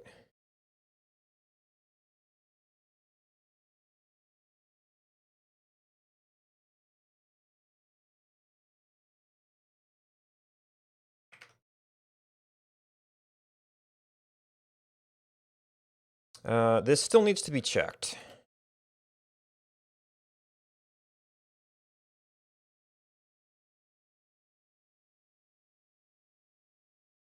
Once we are producing, once we have our final formats determined, it needs to be checked.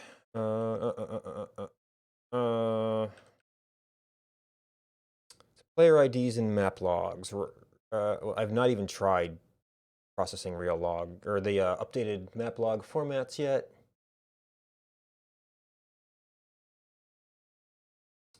So what we observed about those map logs.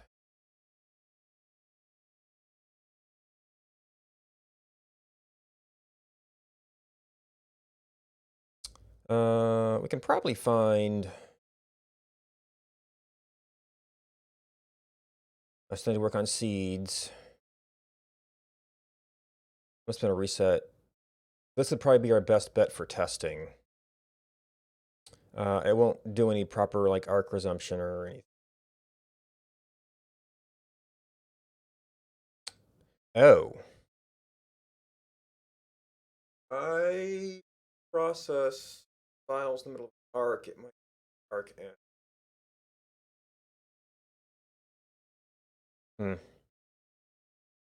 So I think a bunch of these -1s are people swapping things.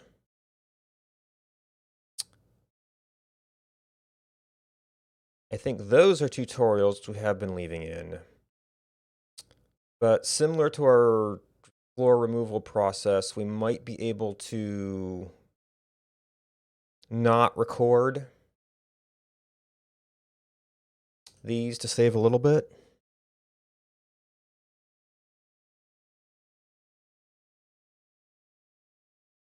Yeah, so I don't know if this was the beginning of a period or like the leftover runt of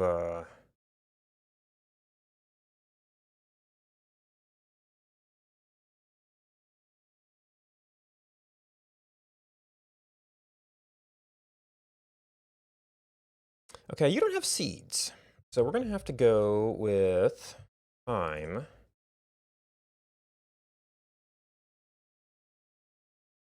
One, 5, 7, 4, 8, 3, 5,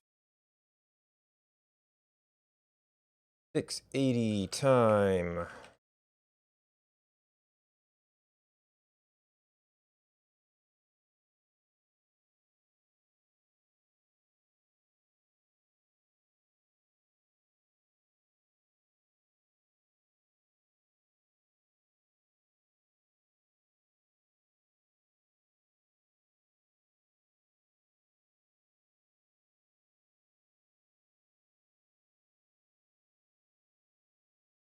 Okay, so there's no resumption and fancy pants stuff.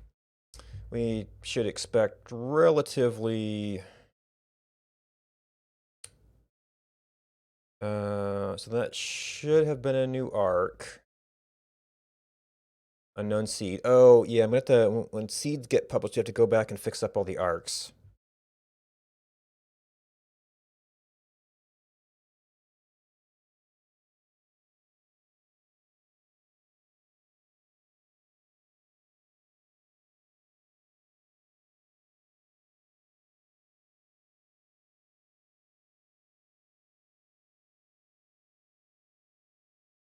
So I'm going to have to when it gets published, well,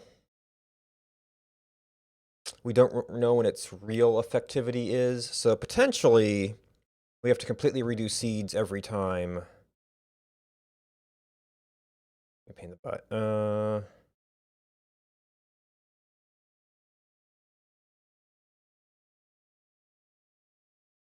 Okay, wasn't that far advanced.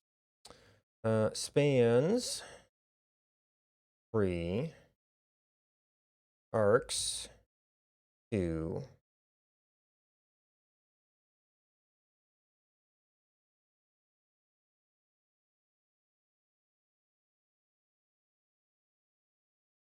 Okay, we are ignoring it. There, we're seeing there's a double 0.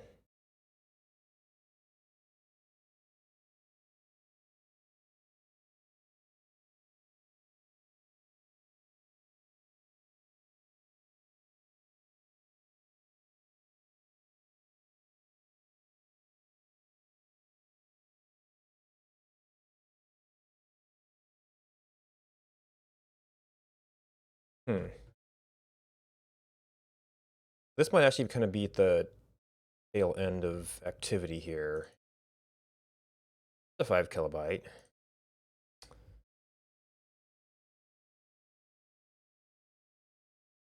Okay, so there's all the floors in that section.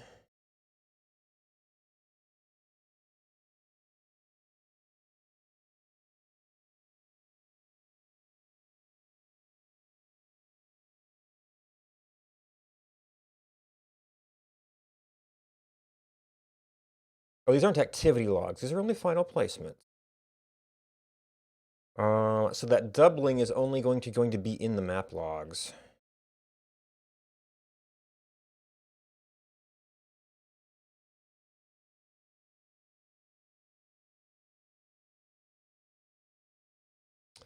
All right, so quick run test on that. Probably I'm going to cut this down to just 27 for now.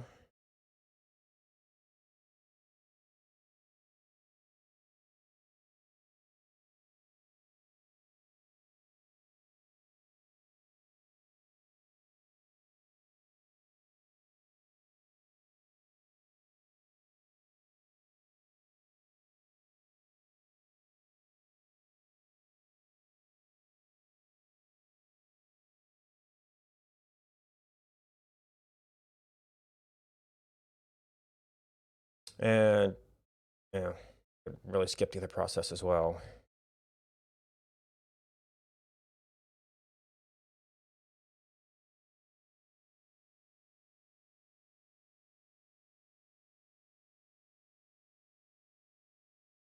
You were kind of small.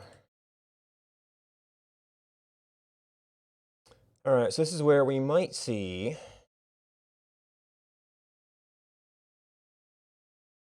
consecutive events at the same location. Oh, so actually this is going to look like a 0, 0 update. It's all difference encoded.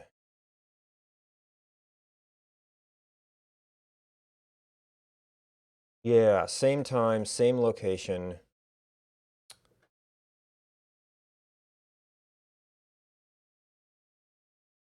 So what's a tuna? I'm just curious now.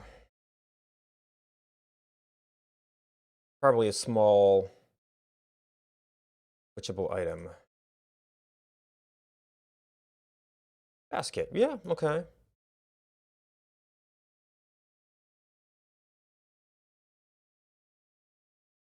Oh, maybe I was wrong. You actually kind of can't swap with a basket?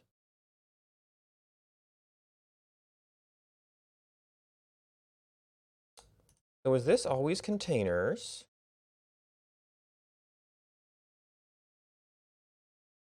71.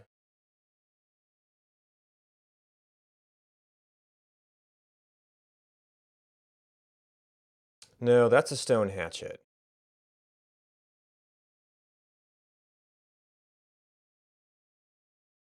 Huh.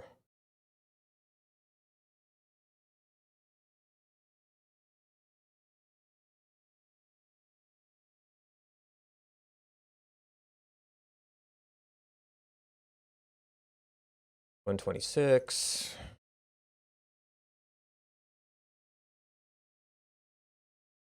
Play, yeah, okay. So I think it's a swap operation. But writing a 0 and then writing a thing there is like 0 information.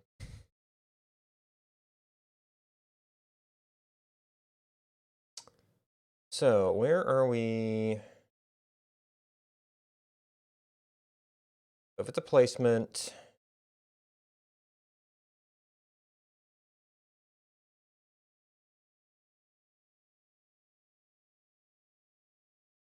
if it's a floor,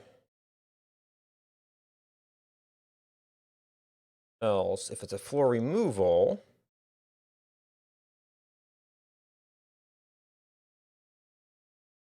looks something like this.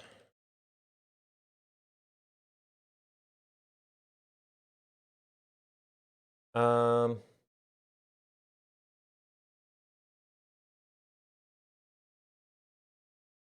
do that before or after objects. If previous dot object equals 0 and xy and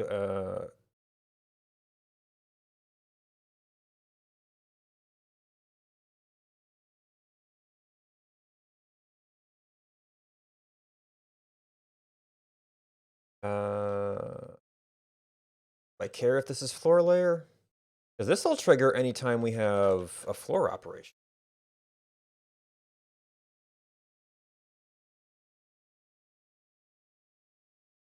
Oh no, floor is log.floor, it's already taken care of there.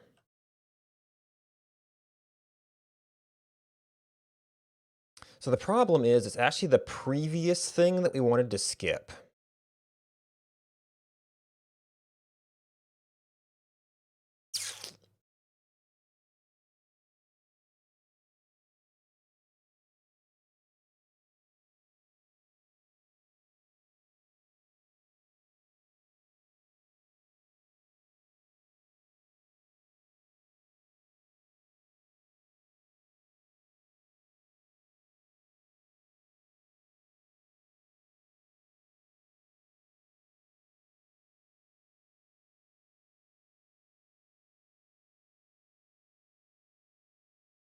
Either we have to buffer the whole process, or Tile has to have a way to say, if your last placement was this thing, dump it.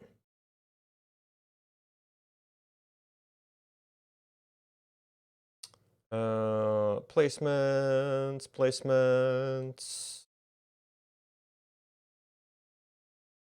add placement.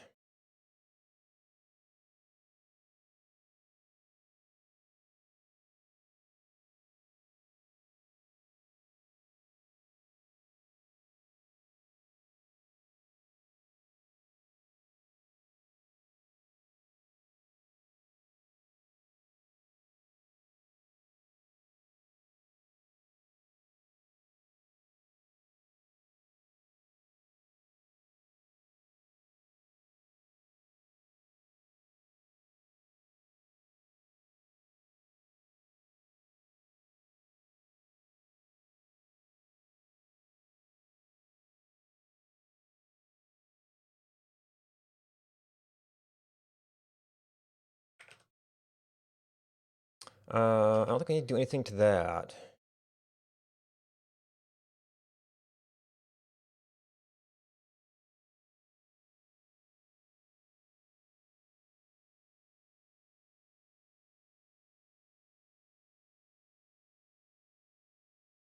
So I guess, yeah, if it's too small,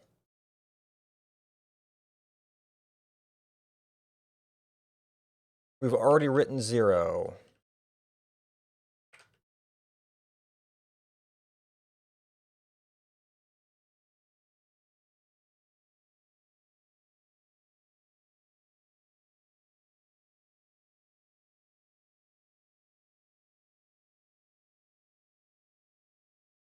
Find method object.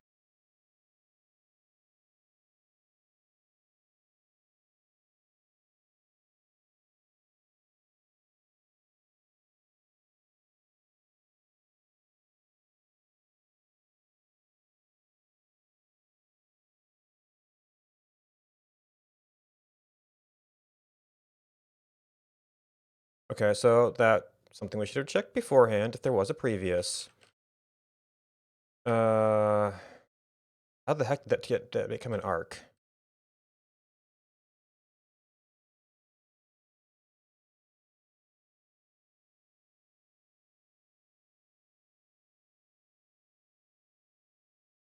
Oh, it's an arc start line.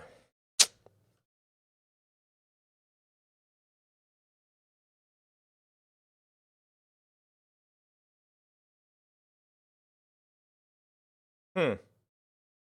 So I still record previous on an arc start line.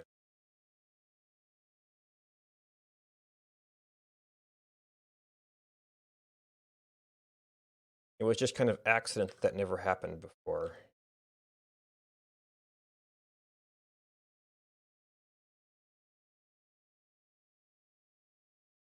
Huh? If kind of, else if.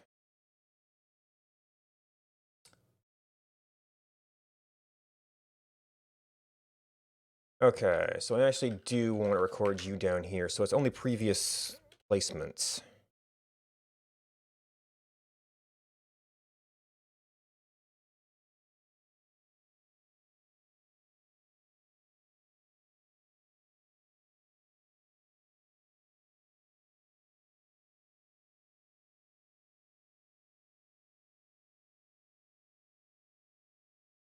All right, so we're looking at some 000s here.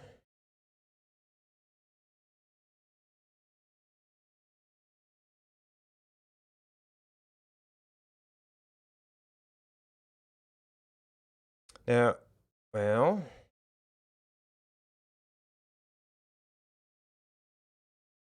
no, that didn't completely solve it. Now, I haven't been using the player ID -1 part of this.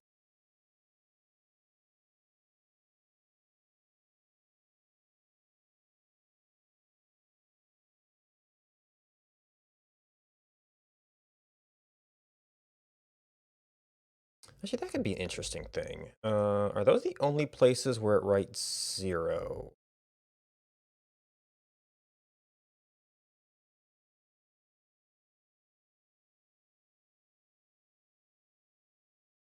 Well,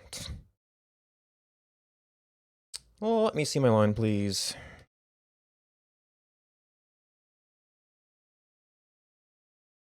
That was a something else. Maybe they're gonna. No, it's not consecutive position. Maybe timer decay.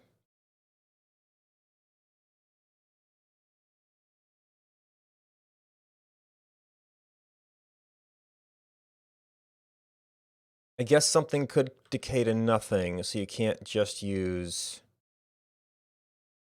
Yeah, there's other kind of -1s going on.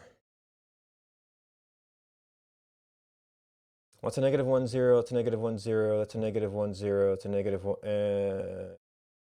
-1 0. -0, -1.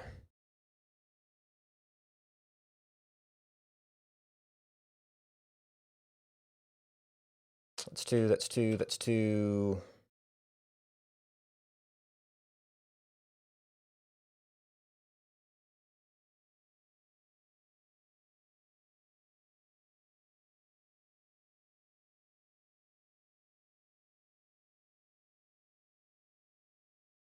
Might conceivably happen in a tutorial.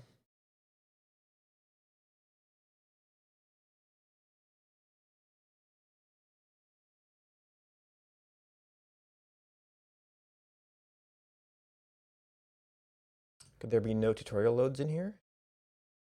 There's one. And yeah, that happens a bunch in tutorial. That's all different locations, though.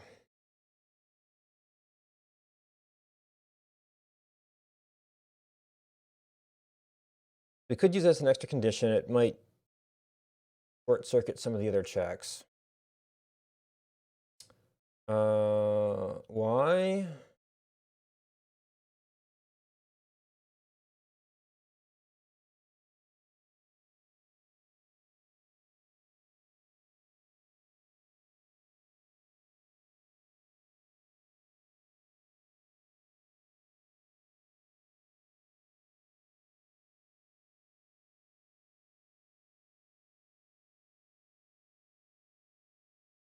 What did I call this?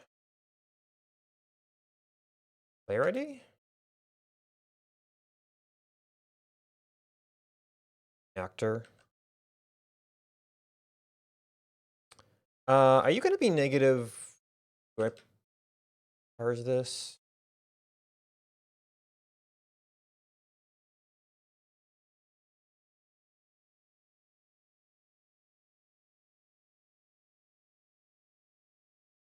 I don't parse object.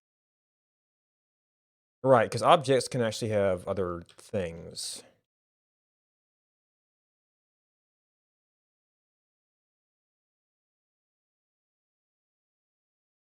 Like F's and...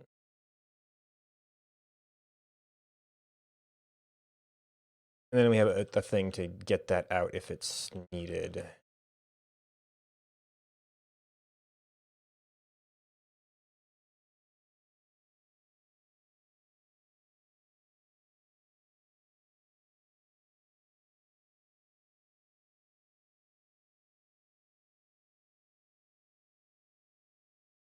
So I might have to put in a...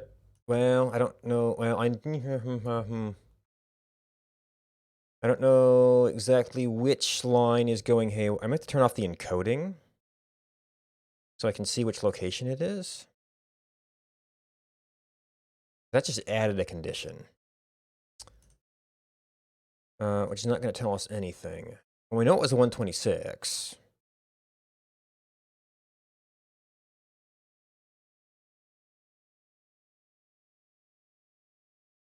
And this is where I might, that's right, I was going to maybe go back and abstract this file format as well.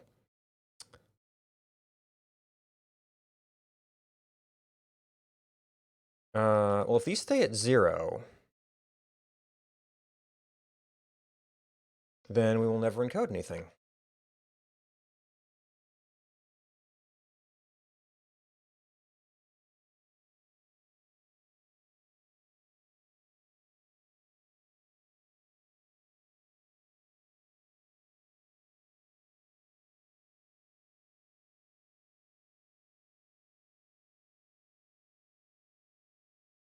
All right, so that gives us a, well, let's say slightly transformed timestamp.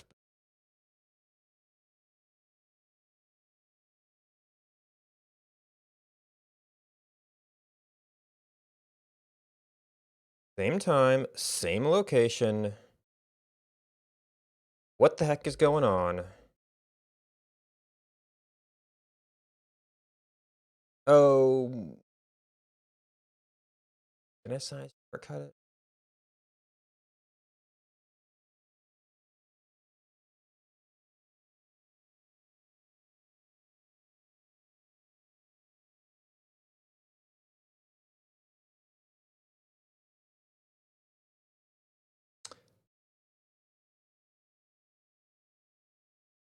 What do we do?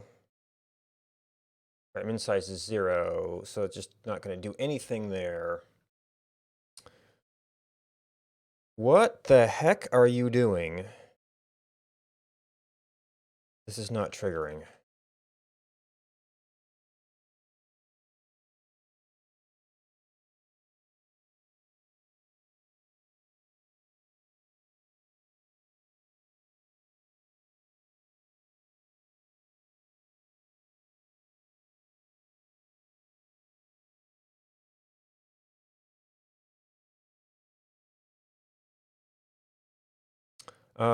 If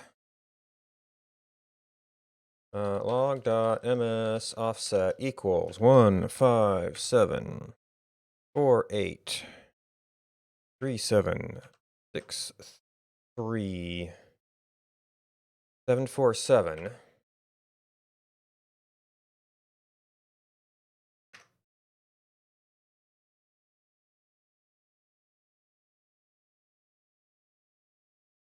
Typoed something there apparently.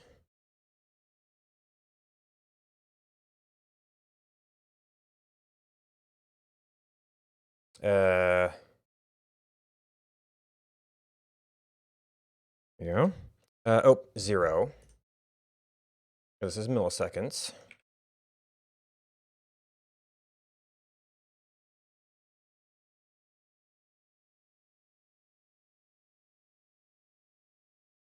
That should have still processed that, so I still typoed something.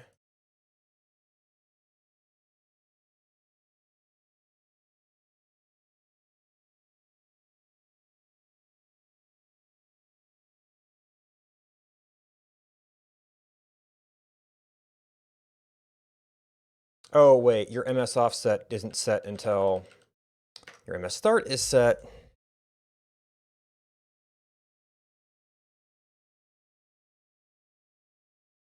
We're outputting absolute times.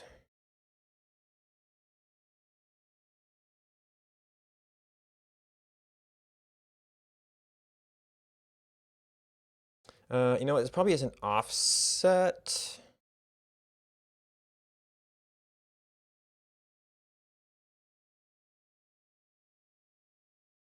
S offset.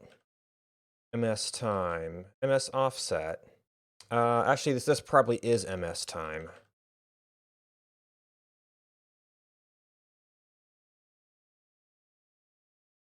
No, tiled.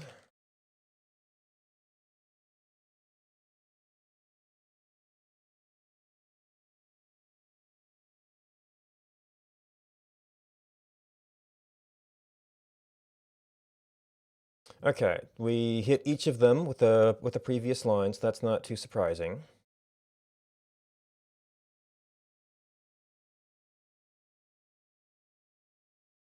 I have to rerun this to get it nicely printed.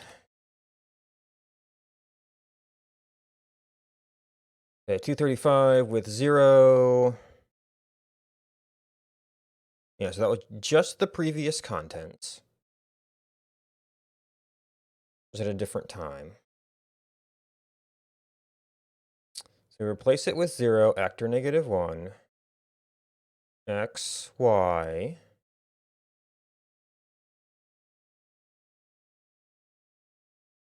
time.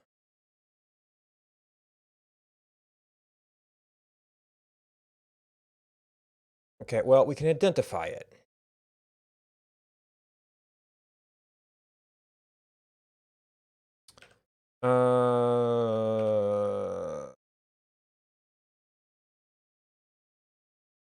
Let's see if we're getting here.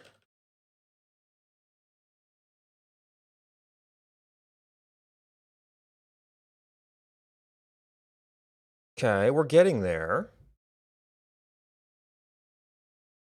So what condition is failing? We know we've got previous. Boy.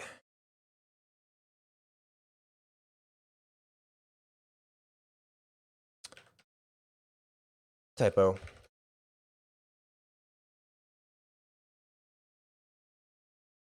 So if previous and previous actor equals -1, Boolean expression.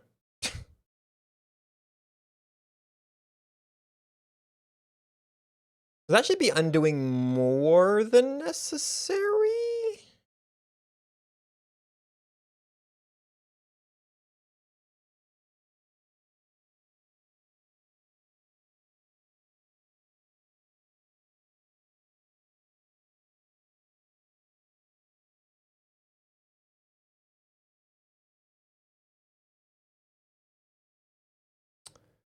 Okay,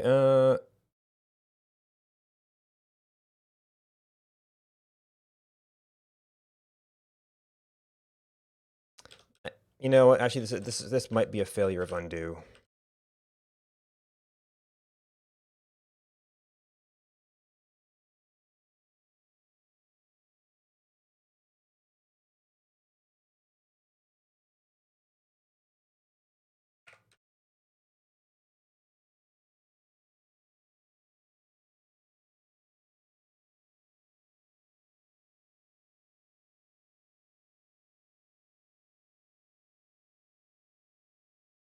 Okay, we're attempting to undo quite a few things.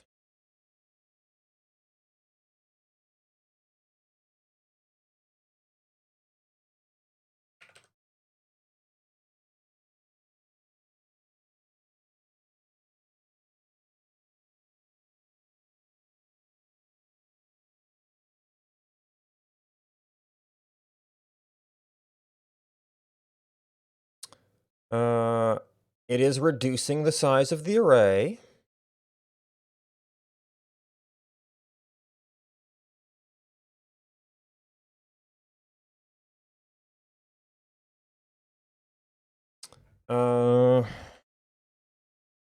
Is it working in the problem case?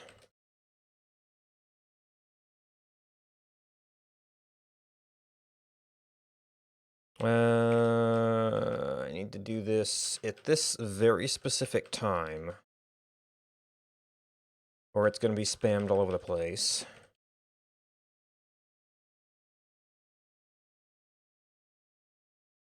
Okay, 278, 277, 254, 254, 53.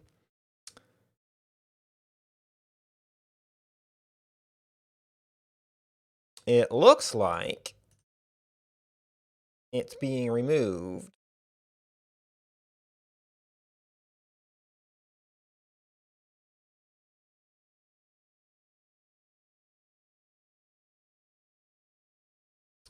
I didn't get a file updated. Now, granted, it wasn't a net change in the file.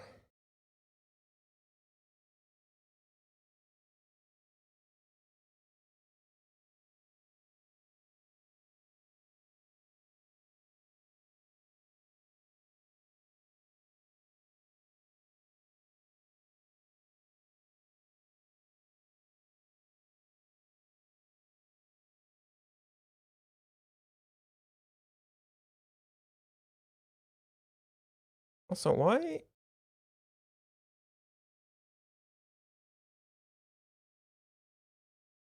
do we have a different number of placements?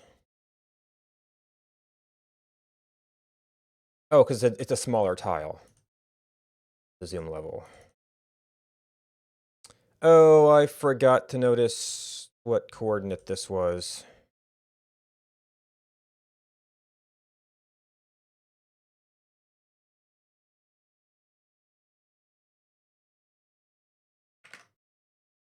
That I had just randomly opened there. 79, -2.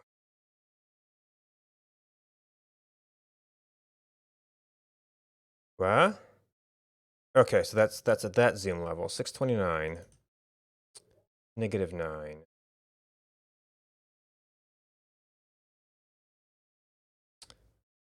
1, 5, 7, 4, 8, 3,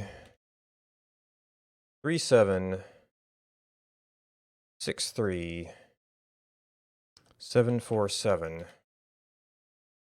Oh. Maybe, was it not properly detecting the file reload? I'm usually pretty good about that.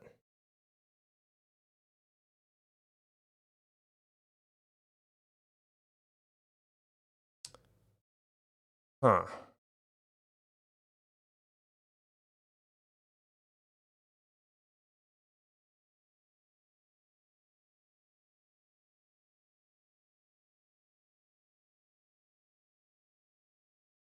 Alright, is that all of our spam?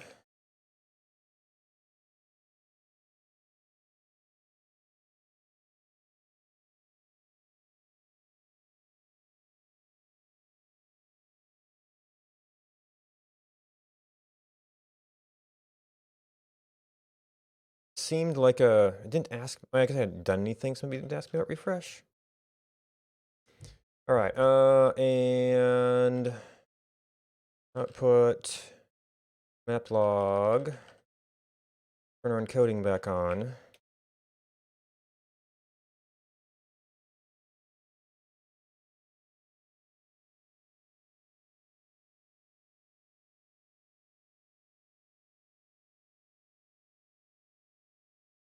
Okay, that, I guess because it was different.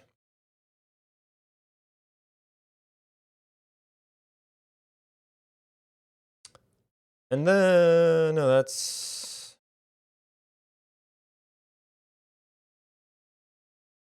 sure looks like another instance to me.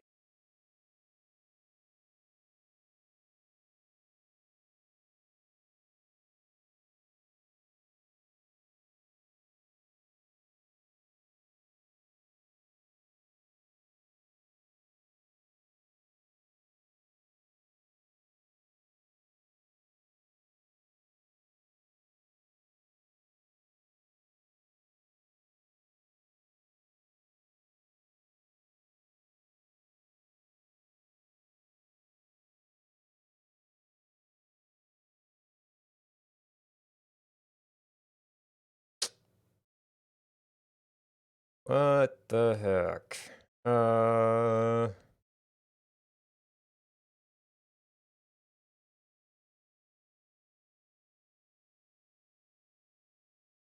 what I don't have here is the offset time for this. Wait. This might not be the right maplog for.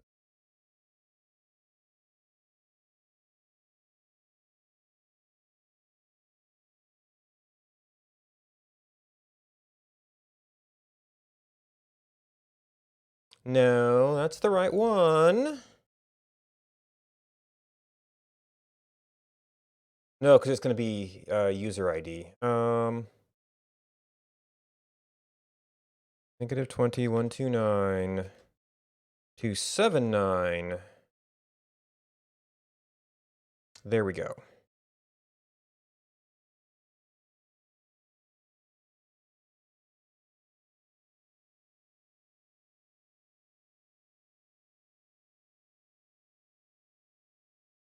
How are we not hitting?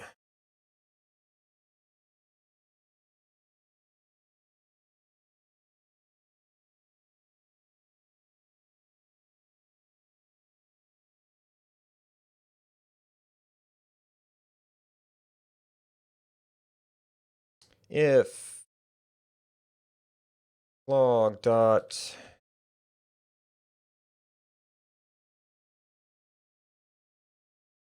and with an extra 0 on it.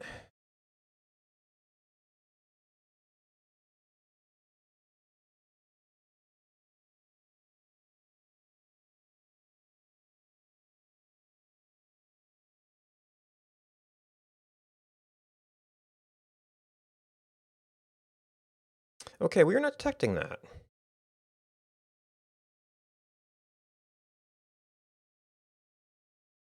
Despite copy pasting it. Or did I not update my buffer?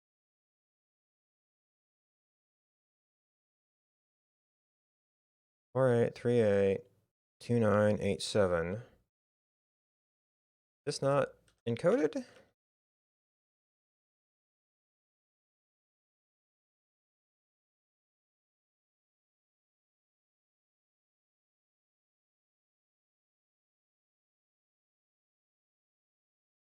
Okay.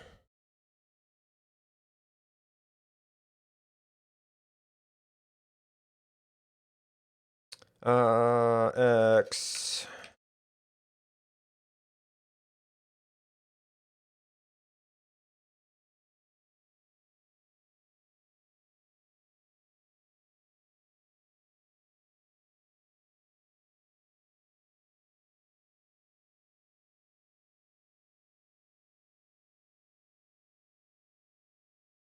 Okay, so there was well, there's only a couple of random other things that happened to that.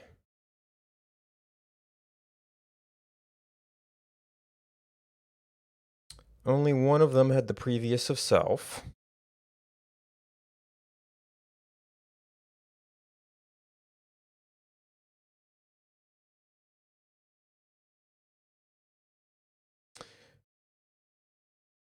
Wait.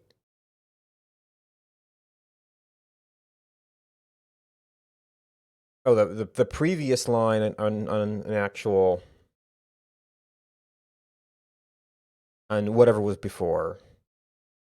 And then MS start. Oh, not MS offset, MS time. That's why it wasn't matching.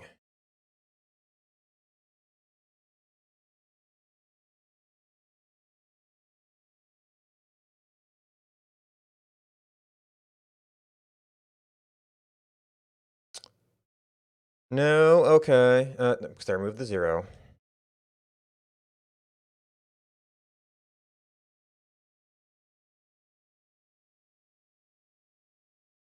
That narrows it down a little bit. Now,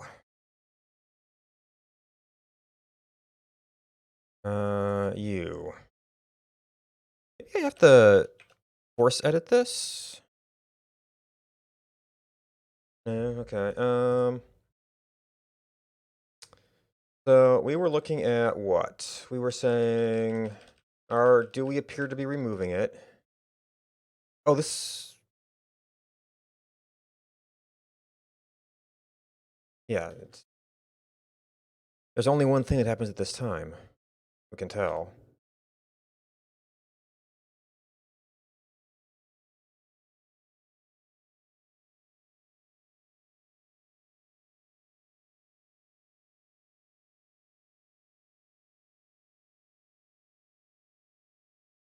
Alright, went down. Went down.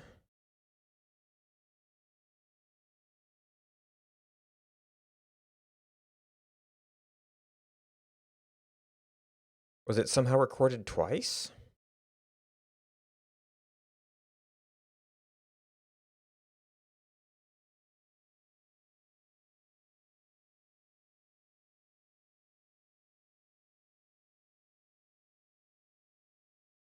Oh, I'm only fixing up. Might be an overage.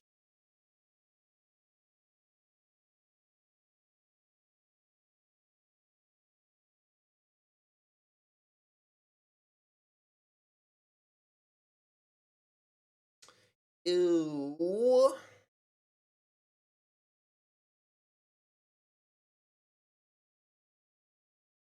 Well, this is pure optimization.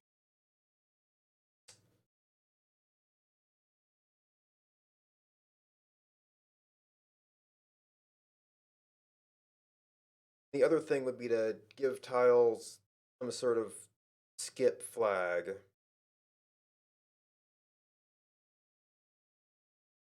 But no, log some sort of. I can just filter them out at the end.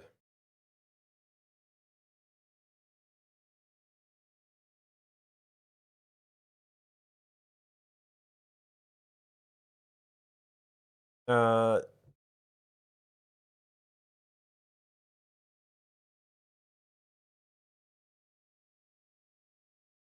is that what's happening here? How do I know what your in-tile offset here?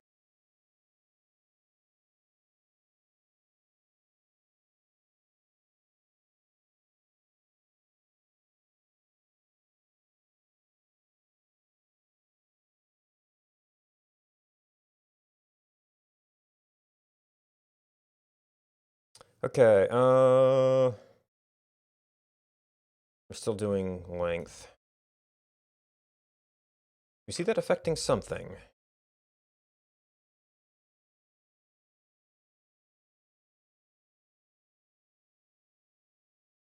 $95, $23, $95, $23, $31, $23.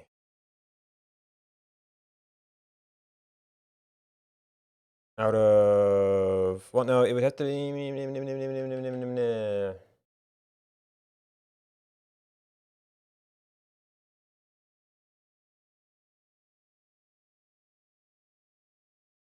It have to be small, or would it have to be, well, this is,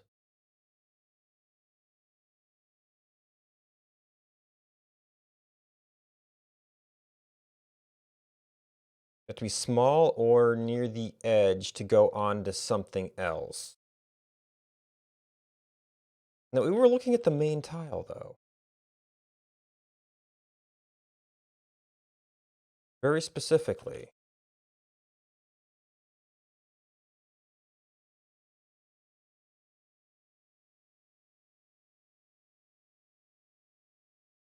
-6, oh.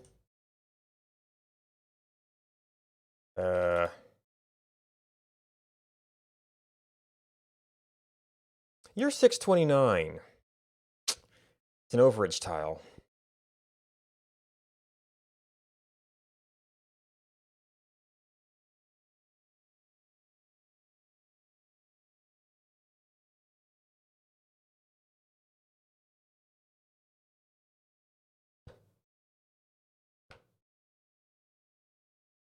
Hmm.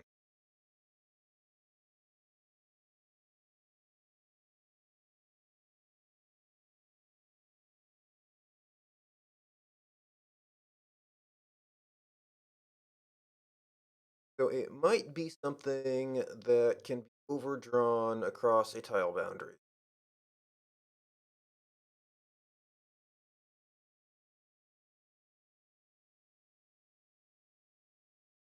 The best way to deal with this would be to never record it in the first place. That means that we can't record anything until we've looked ahead one.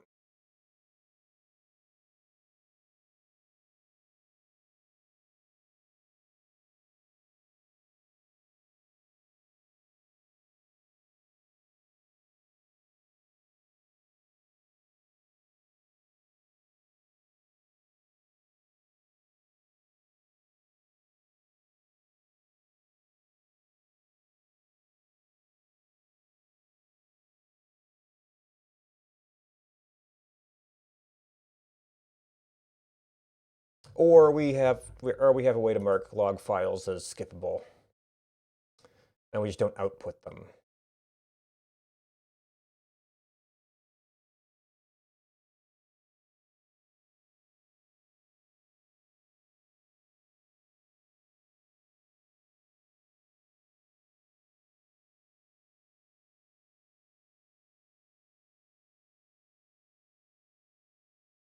And that adds a variable to every single maplog.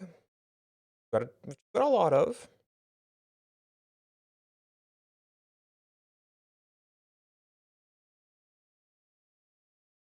I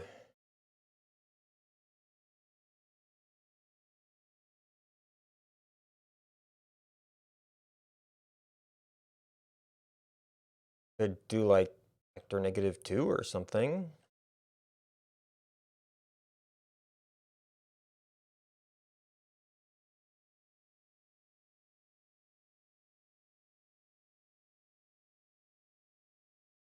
And we can make that somewhat internal.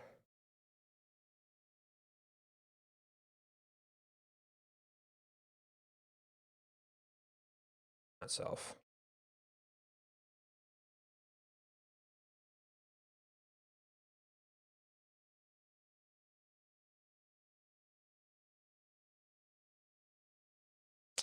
Actual values could, but I don't want to make it not be a valid value.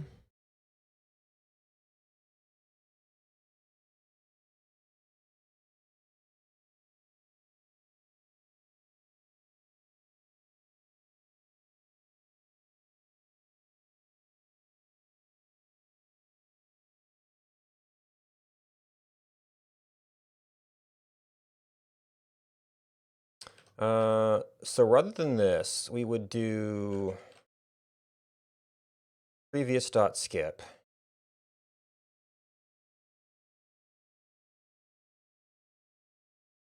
Not actually keeping it around is okay.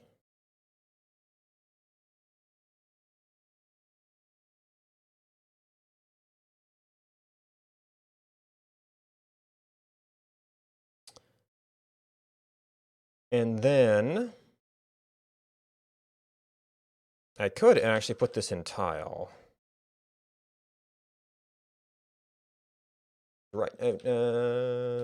I've just been lazy and using placements.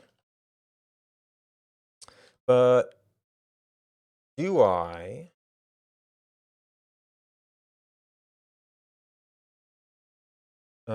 use that assuming it's a deficient operation? That wasn't it.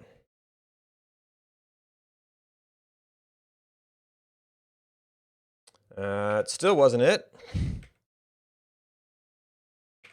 Okay, maybe I can just use dot. Nope. Okay, I didn't close my quotes. That's not a dot. Okay. Tile set.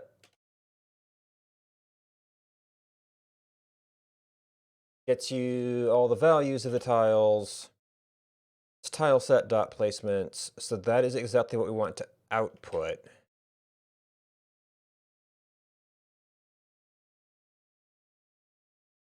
Oh, I do have to then be careful what I'm doing internally.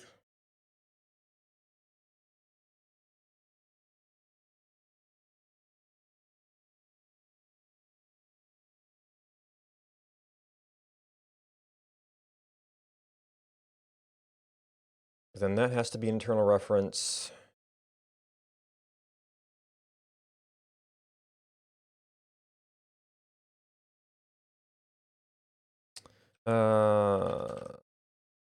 Select for, no, your log. I guess that should be a reject.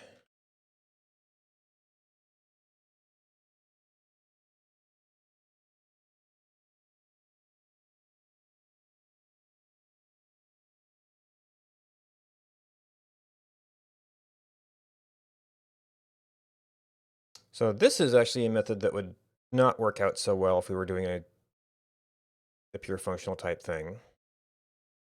Because you can't just go back and change stuff.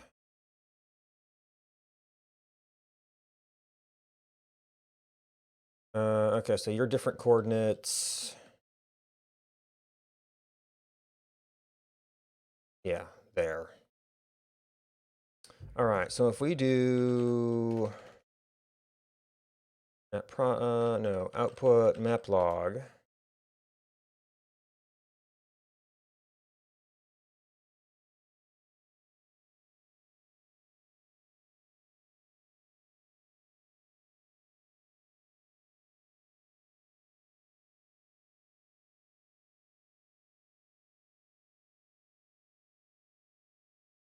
I guess another way to do this would be like post-process all of the logs for those things. So we want 0, 0, 0. What is start of line? Is it A here? No. I know that's start of word, which is still, yeah. And no, actually, start of line is is it dollar or and to test that, 429. Okay, so that seems to have cleaned that up.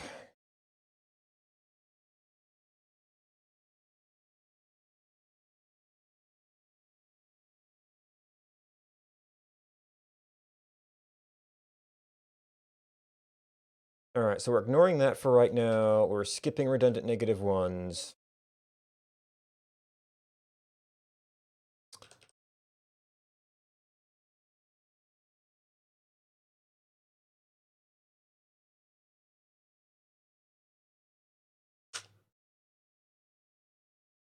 Just map log. Now I need to decide if I want to try and get seed files in the same path, or if I do a separate scan map checking for. In that case, I would have to have code to load and save fans outside of the code that's currently doing that. Or maybe I could have a separate method on placements that still has all that stuff. It would have to be able to retroactively update.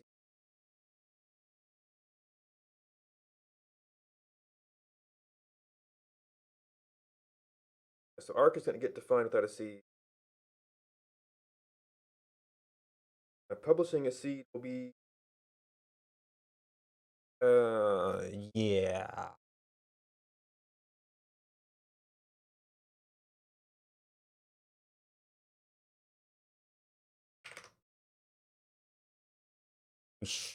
I think spans will get automatically broken by the files. And have I saved yet?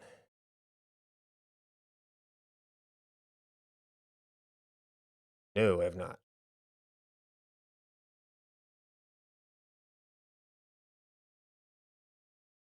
Oh,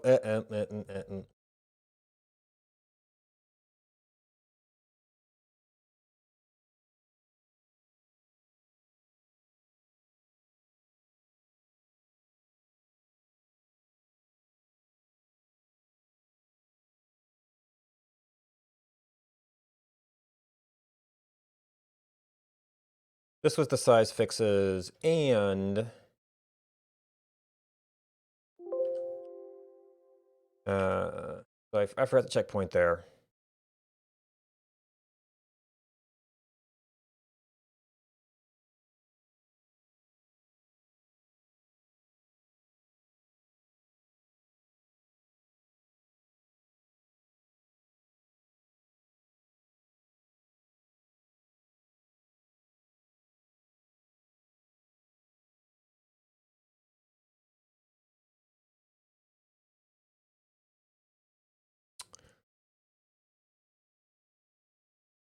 Yeah, so I think the next task is going to be seed processing.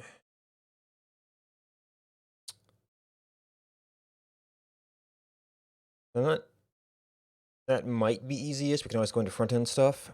But right now, I'm kind of way over time. And I still want to do some Step Mania. So that is going to be a little bit of a break. I will be back if anybody wants to hang out. But I'm not going to be doing programming. I'm going to be doing some Step Mania.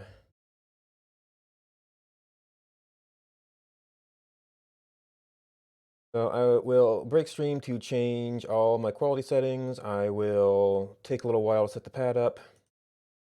I will be back to coding tomorrow, probably doing 1 hour 1 life mod updates. Jason solved one of my problems, kind of, but I also want to do some more stuff with that. But yeah, I'll be back in a little bit. Bye-bye.